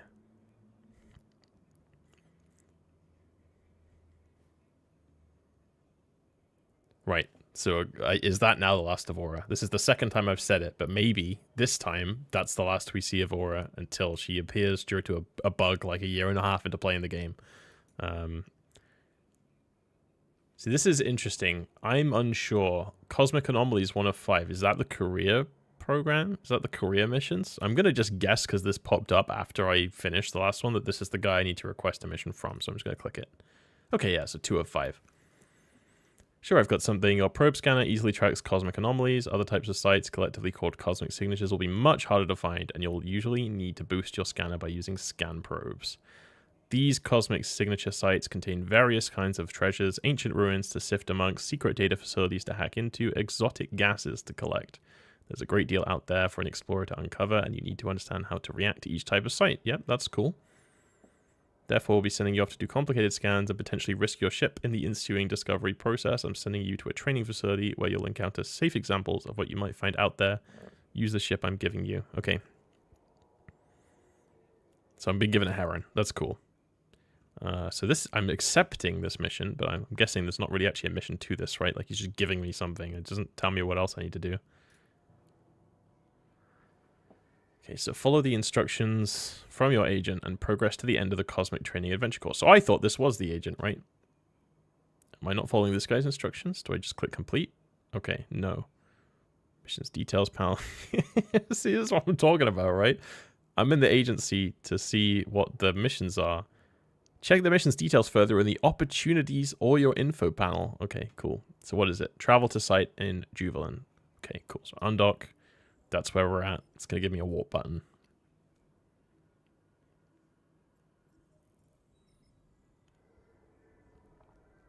There we go. Let's get this out of the way.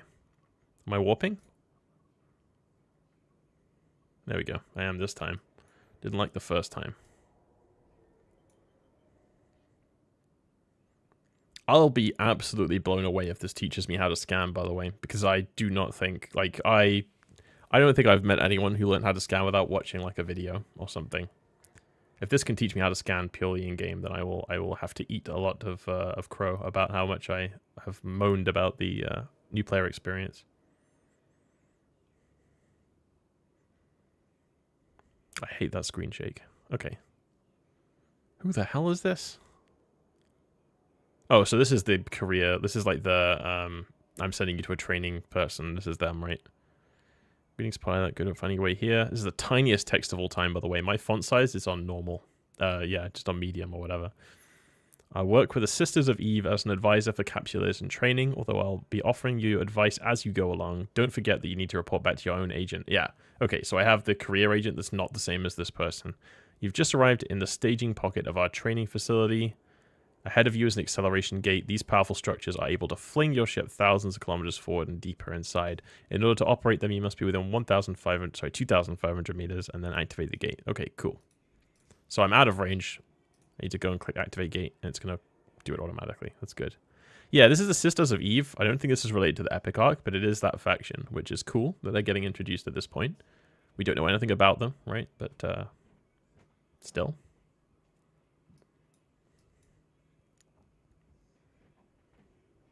It hasn't told us anything about standing, by the way, which is interesting again, because that's something that really trips up a lot of people early on. I'm glad I didn't close this window. I didn't think it would update live like that. So that's it. Good work. You'll find acceleration gates like these in many sites you uncover. They will connect you to other pockets, often taking you deeper within a complex. You're now inside a supply area. Before we show you the different types of sites, we'll provide you with the equipment you would normally need to find them. Over in the distance, there is a cargo rig named Exploration Supplies. Inside it, you'll find 2 pieces of equipment, a core probe launcher, and 8 core scanner probes. Okay, so it's going to teach me how to scan. That's cool. So again, a little bit annoyed by the fact that like the default width of these columns is such that everything's cut off. But Exploration Supplies. Let's burn over there. I use my AB. I'm going to stop being that Nebro-brained right now. Like before, I was just kind of purposefully being a bit stupid, right? Like, just because I'm trying to think, like, people won't know the stuff I know at this point, but we're kind of into the game now. I don't have to be purposefully avoiding the stuff it's trying to get me to do.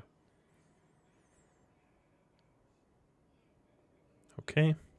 Is he going to make me fit them? Because you can't it can be a bit finicky doing that in space.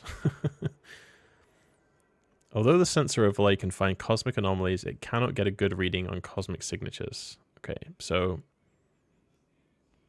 it would be really useful, again, if it forced you to have the probe scanner window open at this point and pointed to what it means, because cosmic anomalies versus cosmic signatures has absolutely no meaning to someone who's been playing this game for 1 hour and 57 minutes, as I theoretically have been.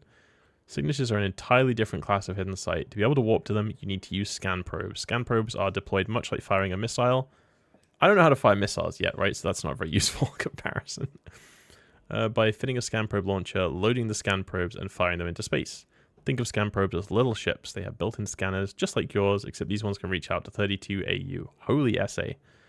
You launch multiple probes at a time in a formation to maximize scan efficiency. They're even equipped with warp drives, so you can position them around a solar system. I don't know how I feel about this as a way of tutorializing all this, because I don't think this is helping to be like, oh, imagine them as a ship and they have warp drives. Like, I know what they mean, because they're saying, like, you can shoot them out into space, you can make them go really far away, and then you can just call them back with a button, right? Because that's what we know warp drives do. New player doesn't know that, doesn't need to think of them like that. I don't think thinking of them as ships is helpful at all. I've certainly never done that. Just showing me the window would probably be quite useful at this stage, and we haven't even got to that, so... Right. You'll also find a couple of civilian modules in the supply crate. Yeah, I see them. So, civilian data analyzer and civilian relic analyzer. You'll need these modules in later missions when you learn about some of the things you can do in the other sites you find. You should find them. You should fit them to your ship at the same time you fit the probe launcher. Take the probes and the launcher, as well as the civilian analyzer modules, and head into the third pocket. This area will show you what a data cosmic signature site might look like. Okay. So I'll pick all that stuff up, and then it wants me to go through the acceleration gate. So we'll do that.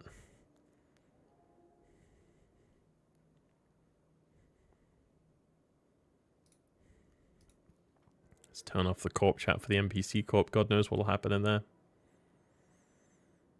Okay, taking the acceleration gate. There's a lot of telling rather than showing right now, which is not my favorite way of doing this, but I'm giving it a lot of patience yet. So I can see that's a data can. Yeah. You're now inside what a data site might look like. Data signatures are found when your scanner detects an area with unnaturally high electronic interference. Electrical activity is a telltale sign of communications facilities. Okay, cool, whatever. Sure. As enterprising capture like yourself can train with the art of hacking and bypass the security systems of these complexes to get the valuable items and data hidden away underneath. There are many scientific and technological resources that can only be found this way, such as unique blueprints and decryptors. In order to infiltrate these systems, Capture needs to train to use data analyzer modules. When you're ready, head through to the next pocket, which demonstrates how a relic site might look. This is not useful, okay? I'm going to be honest. It doesn't matter what these things look like. To a player who's been playing for 2 hours, this just looks like any other place that we've already been. I don't know. I don't think it matters too much that relic and data sites look a bit different, because that does not. I mean, visually, fair enough, they do. Whatever. That doesn't really come up. It's not really super important, so... Not necessarily bad, but we're padding here with stuff that I don't think is very helpful. So we'll go through the next acceleration gate to see what a relic site might look like. Apparently slightly different.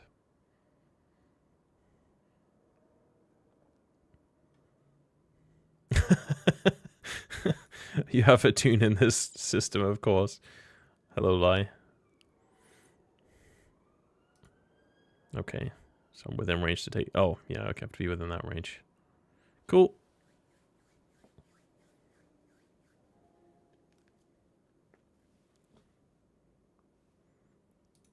Right, so let's see. I don't honestly remember them being visually different, making any difference at all. Like it doesn't matter. Yeah, I mean, look, this is just, it's another site. This is no meaningfully different. Like there isn't the little thing with the circles around it. This isn't tutorializing anything right now.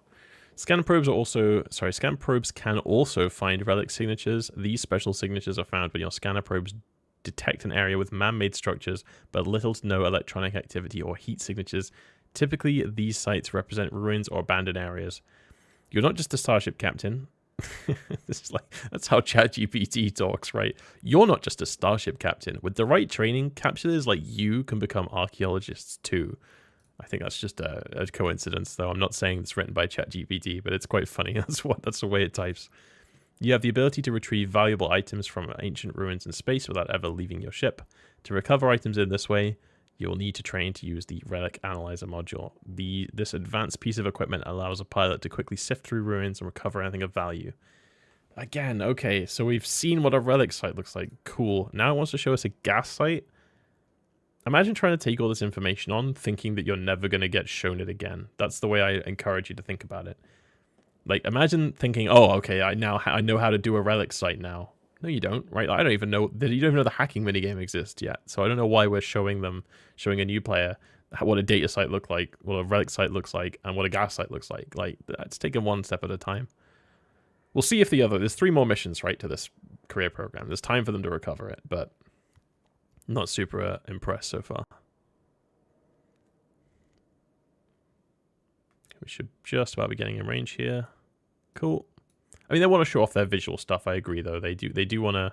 The warping animation's cool, yeah. They want to show off what stuff looks like, but I think we've had enough of that. Okay.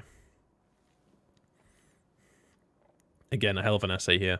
This area represents what a gas site might look like. Gas signatures are found when your scanner detects an area where clouds have collected into harvestable clusters. I should perhaps point out at this point that the clouds found in these areas are used to make drugs known as boosters. Not all of them are illegal, of course, but the entire booster industry is quite shady. I could go on a rant now. I'm not going to, but like, I don't like the way they paint like boosters as illegal. From a lore perspective, cool, but like, I remember being super confused about like, oh, can I haul these around in HiSec, or am I going to get like, is Concord going to have a problem? Very confusing. The type of booster you can make is determined by the type of cloud you find. There are 2 broad types of cloud defined, Mycosaurocin and Cytosaurocin. Of these 2 cloud types, there are 8 individual flavors. Talk about information overload. Come on. I won't confuse you with too many details right now. Okay, good. All you need to remember is that the gas sites have gas clouds, and these clouds can provide the raw materials to make boosters. In order to extract the material from a cloud, a capsuleer needs to train to use gas cloud harvesters. This is the last area. You've made it through the training complex. Okay. Hopefully from all this, you've learned a few things you should report back to your agent. Okay, yeah. There's 2 ways of doing this training, right? I get what they're going for, I guess. What they want to do is go like, oh, here's a general overview. Here's what it looks like. Here's the kind of thing you can find. Fair enough. But I think it would have been much better if they just said, here's a data site. Here's your data analyzer. Here's how to hack it. And then when you go to the relic site, they can just be like, yeah, it's basically the same thing. And then they can go, oh, when you go to the gas site, that's something altogether different. And maybe you can spend longer on that. But yeah, I'm not sure. I'm not super impressed by this so far. Especially, I don't know, maybe I'm just biased. I love the exploration in Eve. I think it's one of the coolest, most sort of approachable things for a new bro to be doing when it comes to making ISK.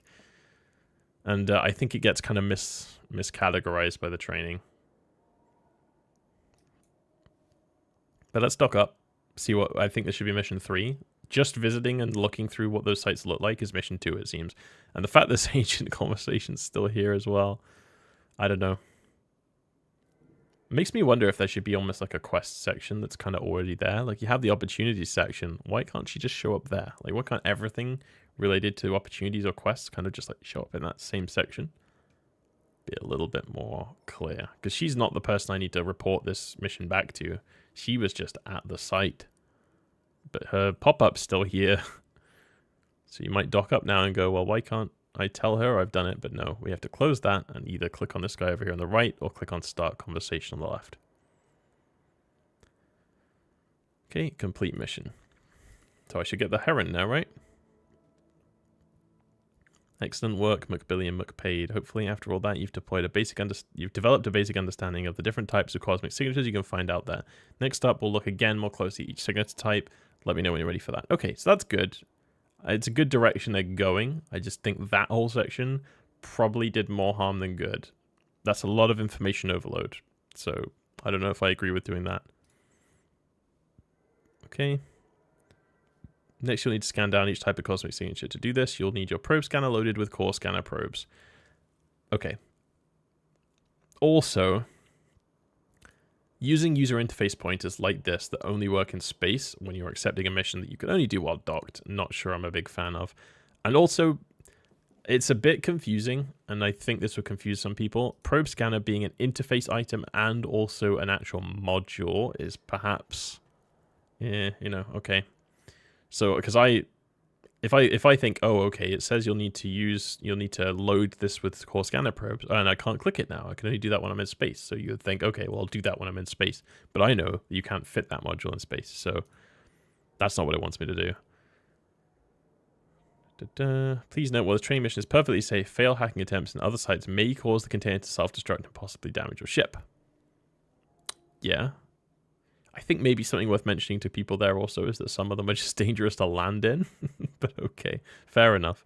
Yeah, and okay. To learn more about how to use your probe scanner, visit the help section in the agency, select Explorer, and watch the Scanning Basics video. So let's do that, right? Let's give it a fair cop. Oh, it's 4.5 minutes. Okay, we're not going to watch it all. Let's just see what it gets. Exploration in EVE Online It's very small. Can't resize this either. To search for valuable loot hidden within them. These sites may be ancient ruins where you uncover relics of the past, or hidden data vaults which you can hack into to retrieve the valuable information within. To begin exploring, you will need a ship fit with the necessary equipment. Okay. Oh, it's showing me how to fit them. You will also need a relic analyzer. I think I've seen this video, right? As well as a bonus. I'm going to skip through. So it's showing the ships. Okay. Yeah, I remember this one. Okay, that's fair enough. So this video, I know this video does a pretty good job at showing you. I think you could definitely watch this video and actually learn how to do scanning. Like you wouldn't have to watch like a YouTube video, but okay, that's fair enough. I'll give it that credit where it's due. So learn more about using the probe scanner. I'm kind of curious if it will still give me any direction when I'm in space, or if it will basically just assume I've watched that video. Accept. So I'm to fit these to the ship. So again, not super clear that I do that while docked, but I know that's the case, so we'll just do that. Okay, so we'll fit these 2 items. We've encountered our first problem. There's no free slots on the ship. So we haven't been taught really how to unfit modules, but again, I don't think that's too unreasonable to expect people to intuit, so I'm not going to harp on that too much. Same with the core probe launcher. It's not super clear what's the difference between these slots, actually, to be honest, like high, medium, and high, mid, and low slots. I kind of wonder if this was the sort of thing where they actually expected you to pick the Enforcer career program first, because that's the one it had pre-highlighted, but I selected Explorer, so I wonder if you did it in that order, you get this stuff explained to you a bit better. We'll find out. I fitted the items. Now, I haven't loaded the core scanner probes into the probe launcher. I'm going to choose not to. We'll just see if it prompts me about that while we're out there, or if I have to work that out myself, right? There's a lot of experimenting here and just kind of being stupid on purpose, because, again, this stuff seems clear to you now. It wasn't clear when you started, I guarantee it. Okay, so probe scan data training site. Okay. So we have been shown once where our probe scanner is. I think it should have been open basically this whole time, or been pointed out a lot more, but we do know where it is. Probe scanner data training site. Okay, so that's kind of specific. When I hover over it and I have the window open, you see it highlights the launch button. Now, if I try that, it says load core probes into all combat probes into a probe launcher. So that's good. That's good. It's told me where I've messed up there. So if I load them, to wait for them to load.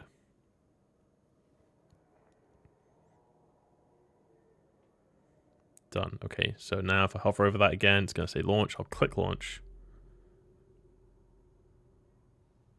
Okay. That appears to be the extent of its help. So if I hover over it again, it just says analyze. It just says click the analyze button. So I'm just going to do that.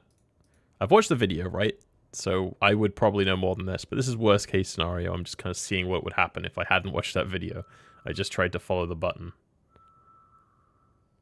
Oh, I forgot how slow scans happen when you have no skills, right? Okay. So I can now see the name of some of them. I actually finished training the data training site. I guess that's a complicated one. I went to scratch my head then. There's a berry in the way. That's a complicated one because that has analyzed without me having to move the probes at all. Now, there's two different arguments on that, right? On the one side, it's good that it wasn't difficult. On the other side, a player may now think, if they haven't watched that video, oh, I just have to launch my probes and click analyze, and it will find the one I'm looking for. So I haven't really had to probe scan yet, but whatever. I'll click warp to site, and we get the normal pop-up.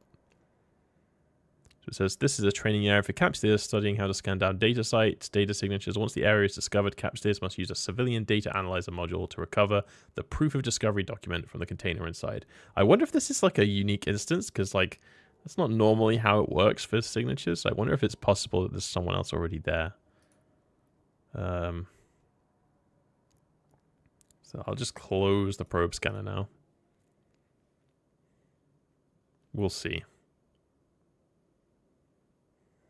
Okay, so I just landed right in on top of it. That's good. So we got this big essay up again. Good to see you're still sticking with it, pilot.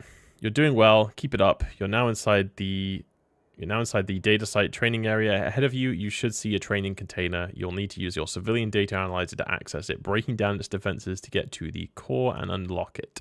Inside, you'll find the proof of discovery document that you'll need to provide as proof of finding this area. Normally, you could expect to find all kinds of useful resources inside a hacking container. All of it relates to a process known as invention. Okay, not really. There's someone else in a heron here as well.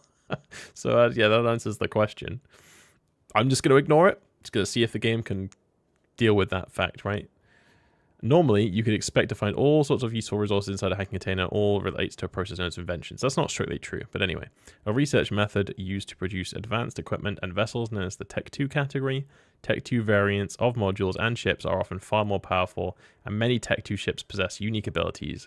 The skill books you would need to train in order to invent can also be found in these sites, yeah? As can the minerals required to begin the research. For inventors, data sites are particularly valuable. Okay, so I'm being locked up immediately. Is this one of you guys? I could believe it. So let me approach the training container. That's a good point, by the way. I'm not in the heron. I didn't even think about that, right? It gave me a heron. I'm not in it. Don't need to be. But I wonder if at any point it's going to force me to. So I'm going to burn to the training container here. Boop. Okay. Now, what does it say to do? So if I click on my opportunity, it's interesting. So it doesn't really say anything about hacking yet, right? Like it says to hack it, but it hasn't really told me how to do that. That's fine, because when I click on it, well, again, it's not super clear to a new player, I think, that you have to actually lock onto this, right? And it's kind of like targeting something. Because I might think at this point, like, okay, well, use my data analyzer, and I think, why didn't that do anything? But I have to click on this. Okay, so no pop-up, no aura at this point. You are well and truly on your own. So this is reverse Minesweeper, basically. And luckily, I have done quite a lot of it, but again, a new player, not necessarily. So that was quite quick and easy. I'm sure if you fail this, it doesn't explode. Like, they've already told us that, so I'm not going to fail it purposefully. But we'll kind of... It hasn't given us any pop-ups or anything. Maybe I'll try failing it once, actually. I don't think I can. It's literally impossible. Okay, never mind. Because I'm curious if it goes like, oh, don't worry, just try again, or anything like that. But no, not an option. Okay, so I've hacked it. Now what, right? Doesn't really tell you that this is like a cargo item, but again, that's okay. I think this is fairly easy to intuit so far. This is good tutorialization. Okay, so I picked it up. I'm going to walk back and dock. Hopefully, without bumping into a bunch of things this time. Exploration is profitable? Yeah, absolutely. It's like... It's extremely profitable. It's, you know, not the most profitable thing of all time, but if you kind of like the getting into the quick puzzles, kind of the repetitive, just doing like a same gameplay loop, it's quite good. And it's a little bit loot boxy, right, which scratches that itch, because sometimes you get nothing. Sometimes you get something really, really good. Okay, so we'll dock back up here, give them that piece of paper. So we are forced to hack. We're not really taught how to. We're not forced to actually scan anything down there. We literally just click to analyze. So that's worth keeping in mind. Because I'm kind of curious. If the next one's like scanner, I guess the next one, right, is going to be scanner training relic site. And if I can just scan another one of those by clicking analyze, like that's not great. It would almost be, and I know this is probably a technical limitation, but it would almost be quite useful if you got a signature that only you could see, that was in a place that your probes weren't just immediately over, so that you were basically forced to actually learn how to scan. Because otherwise you can kind of finish this without really learning, right? And that defeats the point a bit. But we'll see. So start conversation. Yeah. Complete mission. It's really thinking about it. There we go. Okay, another mission prepared, so I got some money. Let's get the next mission. So I know I'm also getting rewarded in the air career program, but nothing's popping up about it, so we're just going to leave it be. You know, we're just going to not pay attention to it. So acquire these goods. So yeah, as I suspected, it's going to make me do the same for relic sites. So we'll just go through that. In general, relic site loot is very useful for producing ship rigs. Yeah, that's fair. Special enhancements permanently fitted to individual ships. Again, keep in mind that while this training site is perfectly safe, failed hacking attempts in other sites may cost you the container and lead to ship damage. That's cool. Yeah. So this part, it should be an absolute breeze for a player who's new now, right? Just accepting missions, like undocking and like that sort of stuff. So I'm not going to linger on them.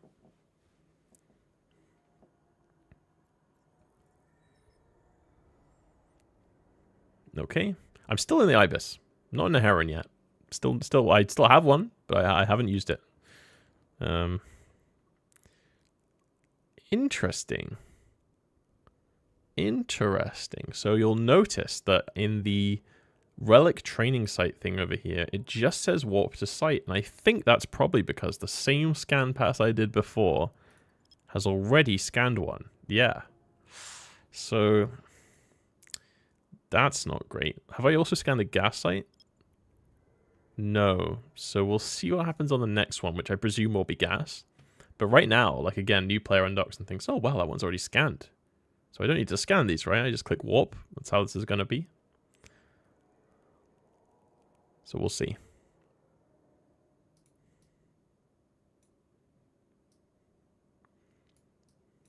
There's that one over there.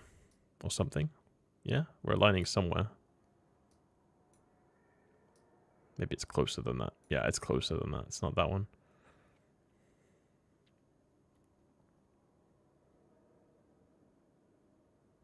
Okay. So it's just going to be the hacking minigame, right? And again, I don't know if they say much more about that. Here we go. You're inside the relic training area. Ahead of you, you should see a training container. You'll need to use your civilian relic analyzer to access its content. As you approach the containers, I will offer you further information on what you'll normally find. Okay. Don't know why that wouldn't happen in the last room. Okay, so we'll just go about our business here. I can see the container. Let's burn over to it. I don't have a prop mod anymore because I had to replace it with my analyzers because I didn't get into the Heron, which I think is what it wanted me to do, but I didn't even think about it. Just fit it on my Ibis instead.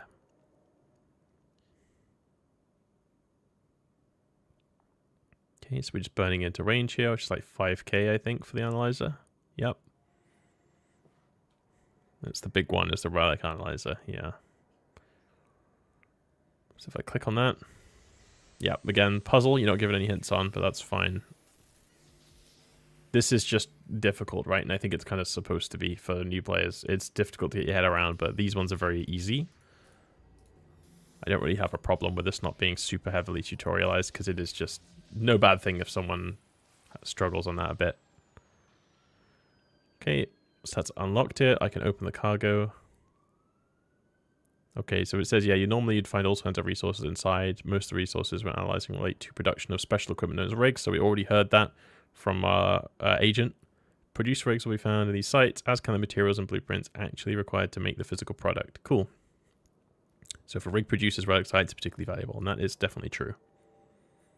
Okay, so now click the dock button up here. So again, reminder, 2 sites. No scanning done, really. Just click the analyze button. But this might come to bite us in a second, because I'm pretty sure we haven't scanned down a gas site yet. And I'm going to have to if I want to get this gas site. Oh, hi, Jasmine.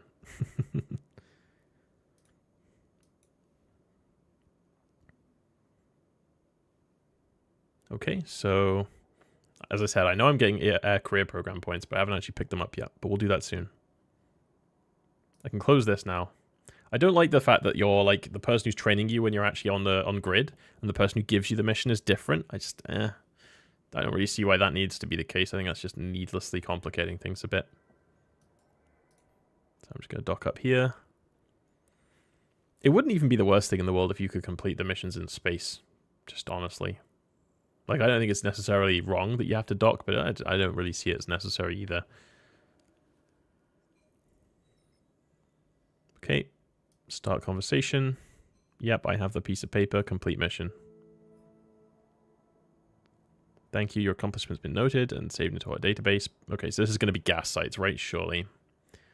Something just came up that's right up your alley. Your last assignment is to scan down a gas cloud. We've created an artificial cloud pocket for you. And while you'd usually reap it with a gas cloud harvester, our only concern is that you make it through to the second area and bring back the proof of discovery document. Okay. Why?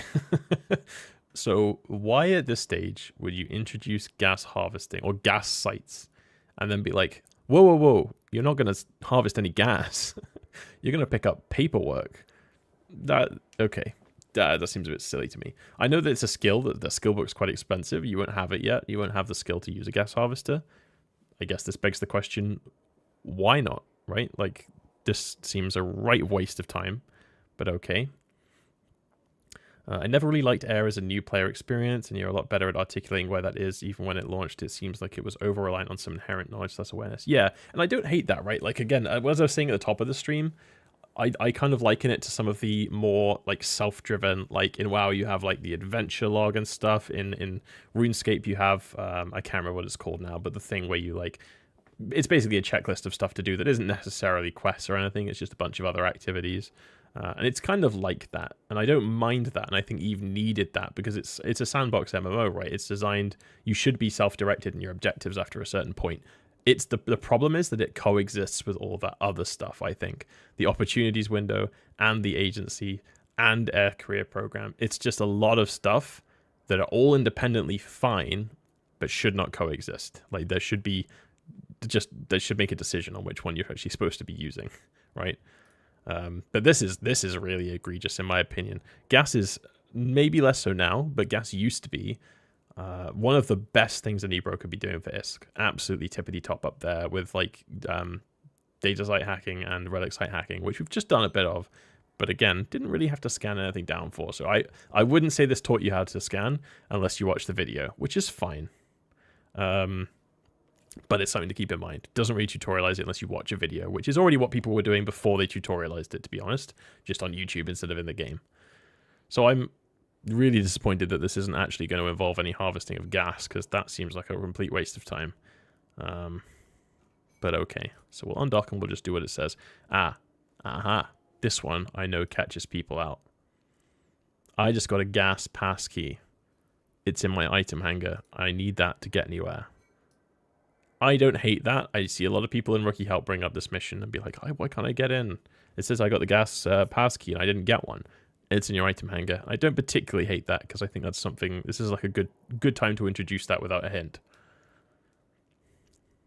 So nothing wrong there necessarily. Okay. Yeah, so we don't have the warp to button this time. If you remember, we did for the last two. So we need to scan this one. Now, couple of things again. I didn't learn how to scan last time. And because it only gave me 8 core scanner probes, it didn't reload them automatically. So my launch button doesn't do anything. So I need to load them manually. And then I'm going to do what it said last time. I'm just going to launch and click analyze. I'm kind of curious because if that gives me a gas site again, then this whole tutorial's cooked. But I don't think it will. I think it's going to force me to scan, which is, if it achieves that and only that, then that is something. Yeah, 3 to 5 business days for a scan at this skill point level. Okay, didn't scan a gas site. That's good, right? So I can see one here. I've watched the video in this theoretical world, so I know how to scan. So we'll do that. My scan skills will still be awful, so I might still miss.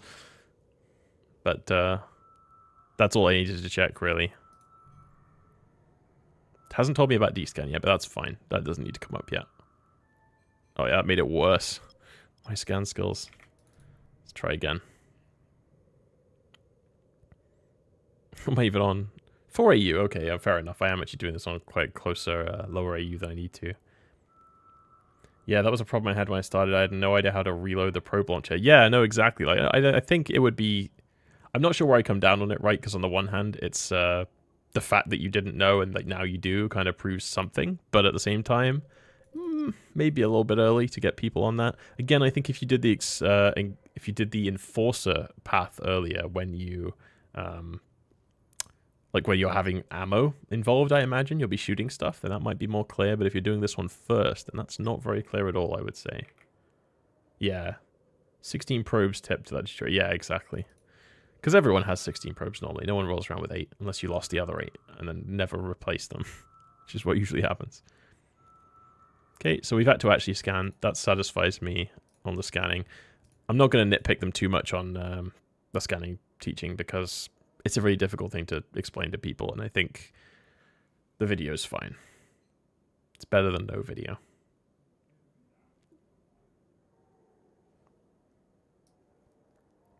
Okay, so we're just going to collect some paperwork from the gas site, presumably. It's going to show us a gas site at least, and then I can collect paperwork from the next room. But I don't know. Not a fan at all of this method.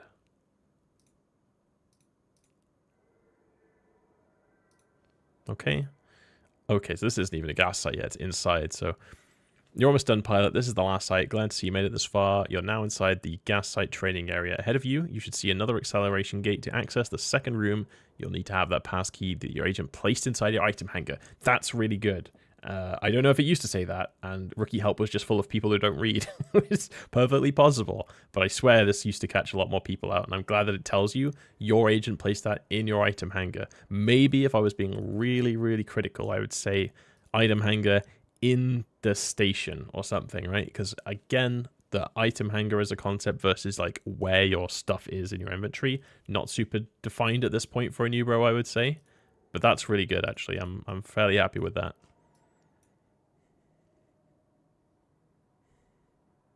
Okay, so we'll go into the site. Presumably there will be gas here, even though we're not going to do anything with it. Presumably there'll be some gas. There we're going. Also normally not behind an acceleration gate gas, but okay. That's fine. Right. Okay. I don't know about this. Excellent work. Now don't forget to recover the proof of discovery gas documents from the container. They'll prove you made it out here. If someone else has already made it to the site before you, then there may not be a document immediately available. If you find the container empty, wait a few seconds and a new one will be produced. Okay, I mean, fair enough. They've got a backup plan. Now, what strikes me immediately about this gas site? Where is the gas? Are we just in a really massive, like, hard-to-see cloud of it? Oh, no, there's just a tiny little cloud within a cloud. There's a cloud within this, like, energy field or something. So, in theory, there is, if I did, like, come back here, I guess, on a cartoon that could gas huff, I could huff some Azure Mycosaurus. But, yeah, we're not here for that. Nope, we're just here to pick up paperwork. Of course. Wouldn't be Eve. We weren't picking up paperwork. Where is my ship? Oh, I'm looking at the gas, aren't I? There we go. Here I am. That's the other thing that catches up people a lot, right? Every time I click on something, the camera turns to it. Most obnoxious feature after a while. I think it's fine to have on early on because it gives you a sense of like where you are in that space. But I don't know, maybe it needs to automatically turn itself off at some point, or it needs to point you at how to turn it off. So anyway, we're just opening this one up. We don't need to hack it or anything. So not even an opportunity to practice that skill, which is not great. So we'll loot that and dock. Is someone trying to sell an AT ship in a starter system? It's a Hypernet, fair enough. Oh god, I have opened a Hypernet now. It's going to give me a lecture about that, which we're not going to look at that. Okay. So if this is the, like, basically some of the education it gives you on hacking relic sites, hacking data sites, scanning down signatures, and gas sites, then this isn't it, I'm afraid. I will do the resource harvesting career path at some point, and maybe that goes further into gas sites. But as for data and relic sites, I think you'd have to be very generous to say that a player really knew what to do there, because the scanning part is possibly too easy, or the video is too optional. I think either they have to make the video pretty much a mandatory thing to look at, or they have to tutorialize the scanning like in the window, which I know would be quite complicated because it's a lot of stuff going on in that window. But I think those are your two options, honestly. Okay, so we complete this, we get a Bantam and some ISK. Excellent work, McBillion McPaid. With the lessons learned here, New Eden is yours to explore. There are anomalies and signatures across the cluster just waiting to be discovered. Just check out the exploration section in the agency to see what's out there. Okay, yeah, so this is that coming up again, right? So we're in opportunities is where we've got this from. We're doing it because of what the Air Career Program told us to do, and now we have to go to the agency to do more of it. Very clear. So if I click this, exploration. Okay, well, I'm there. So cosmic signatures, that's what we've been doing. And this just shows me how many signatures are in adjacent systems and stuff. So this isn't something you'll probably find yourself using very much when you're actually playing, right? Like, I don't think many people who are playing use this screen a whole lot. You might use it for mining, because it's kind of useful for that. Or maybe for just quickly checking if there are any signatures, but I don't think many people are doing that. I like that there's these little hover over things here. Join the Cosmic Signatures chat. What's that? Oh, so if I join this chat, I'm in a chat with a bunch of people, and there's a link to the YouTube video about... Okay, there's a link to the YouTube video about how to scan. If I click on this one, it's the Signal Cartel wiki page on which sites are safe to warp to. So let's take a look at that. Let me just open that up somewhere. 2 seconds. So this is something... Let me switch it over here. So this is something that that CCP is actually directing you to. Which is good, because this is a really useful chart, 100%. Like, I've linked this to a lot of people. Kind of surprised. God, I'm getting flashbanged here. But I'm kind of surprised that that CCP would link to this rather than just having this somewhere, right? Like, because I always thought... Let's get rid of this. I'm flashbanging myself too much. But I would kind of always thought that the reason they hadn't shown that was because it's kind of part of the exploration to work out which sites are safe and which sites aren't. But if they're literally just linking you to a website that tells you, then I don't really see why they can't just tell you that in the game. Like when you hover over it, or have a different icon for the ones that are safe and the ones that are dangerous, because that catches a lot of people out. Everyone loses their first magnate or their first heroine to like an SCC security site, or... I don't know, like one of the wormhole forgotten sites that has rats in it. You know, everyone loses it to that sort of thing eventually. So that would be cool if they actually had that in the game. But nevertheless, I think that's that done. And now I can go to the Air Career Program. And yeah, I've completed this all. So I get a whole bunch of stuff here. Let's see what you get. So I'll click claim all. A bunch of this, a couple of bundles. I click claim all. 3 out of 6 isn't bad. Or more than that even. Let's see if we can get the rest. Click claim all again. Oh, okay. Had to claim all. Did you know they're all different sizes too, and there's even outliers? Like, I've been having ChatGPT pass through the data to find the largest and smallest stars and planets, and I've been exploring. Yeah, there's a really cool blog. Let's see if I can find it. Let me open it up. Let me see if I can find it. 1 second. Eve tourism. I can't think of a good way of searching this up, but I've been looking at it recently. There's a blog. Eve tourism. Cool things to see blog. Okay. Eve Online is an important thing to specify here. Otherwise, it's just lots of people called Eve who have a travel blog.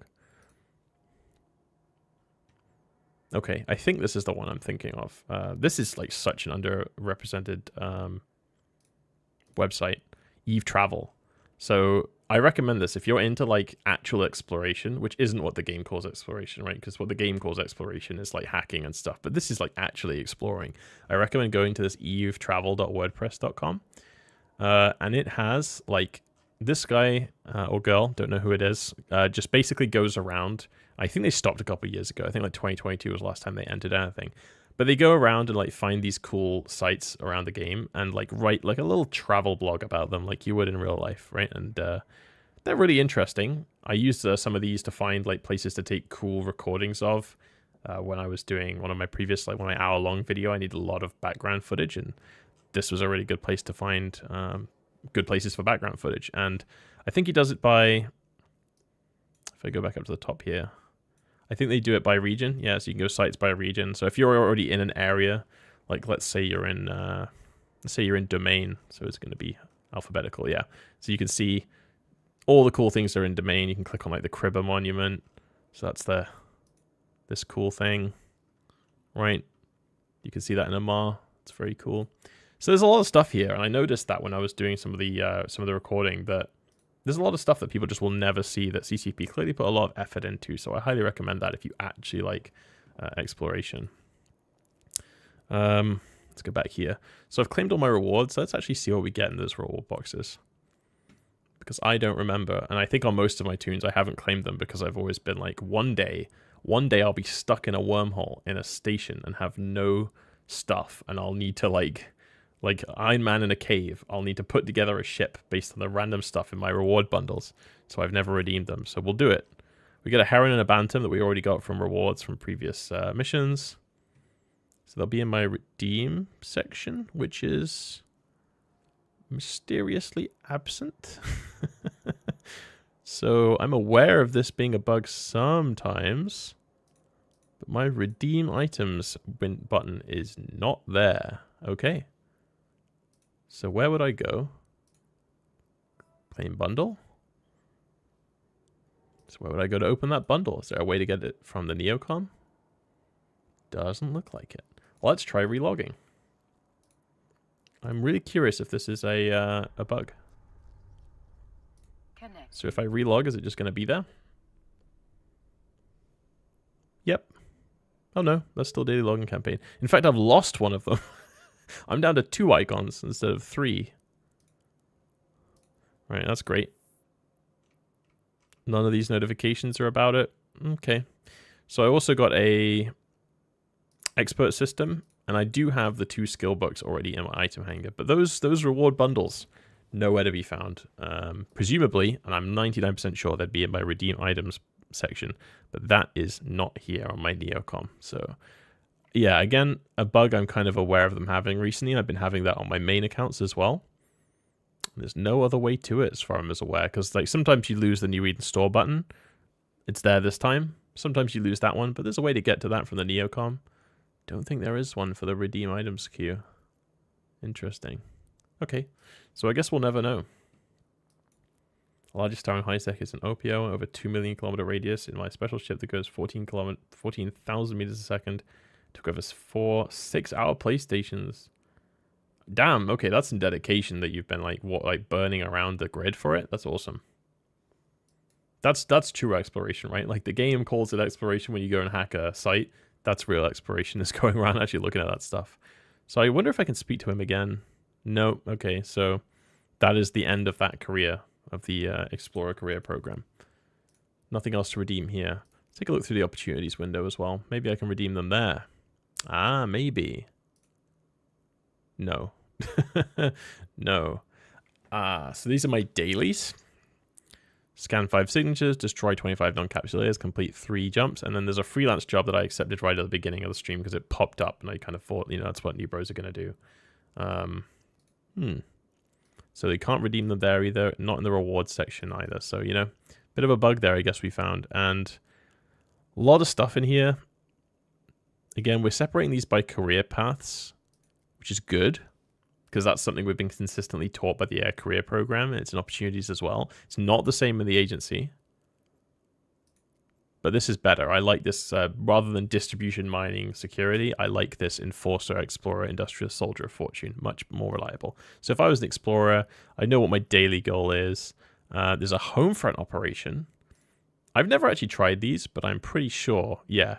Current ship doesn't meet the requirements. Size 4 to 5 pilots. That's actually really cool that these are promoted at this stage. I didn't realize this is how you found them. I only ever see them in the probe scanner and kind of just presumed people go there from that. But no, apparently you do actually find them in opportunities, which is cool. Because this is kind of, feels, I like the idea of introducing group activity this early. Kind of shows like, if I can get 4 or 5 other friends to come and play this game, we can all do this site. And that's good for the game, right? So notes basically so far. Can't redeem my reward bundles. Explorer career mission doesn't actually teach you how to scan. Doesn't teach you about gas. Maybe the industrialist one will. But for now, I think that's all I'll do tonight. Because that's, 2 hours, 40 minutes I've been doing this. Starting to get a sore throat. But I think I'll do another one of these next week and we'll keep going. I plan to basically make this part of a video that's about whether or not there is questing in EVE Online. Hence the actual title of this video. And that was kind of the goal. And so far, the tutorial was a lot more quest-like, sort of lore-driven than I expected. So it's not an answer I necessarily expected. So I'm glad I did this as a bit of an experiment rather than just basing it on my memory from 3.5 years ago. So thanks, guys, for if you showed up. And obviously, keep an eye out. Probably about the same time next week, we'll do this again. Go through a few more of the other programs. And then hopefully you'll see a video based on it. Maybe a few weeks, maybe a month. But I'll catch you all guys later. Have a good evening.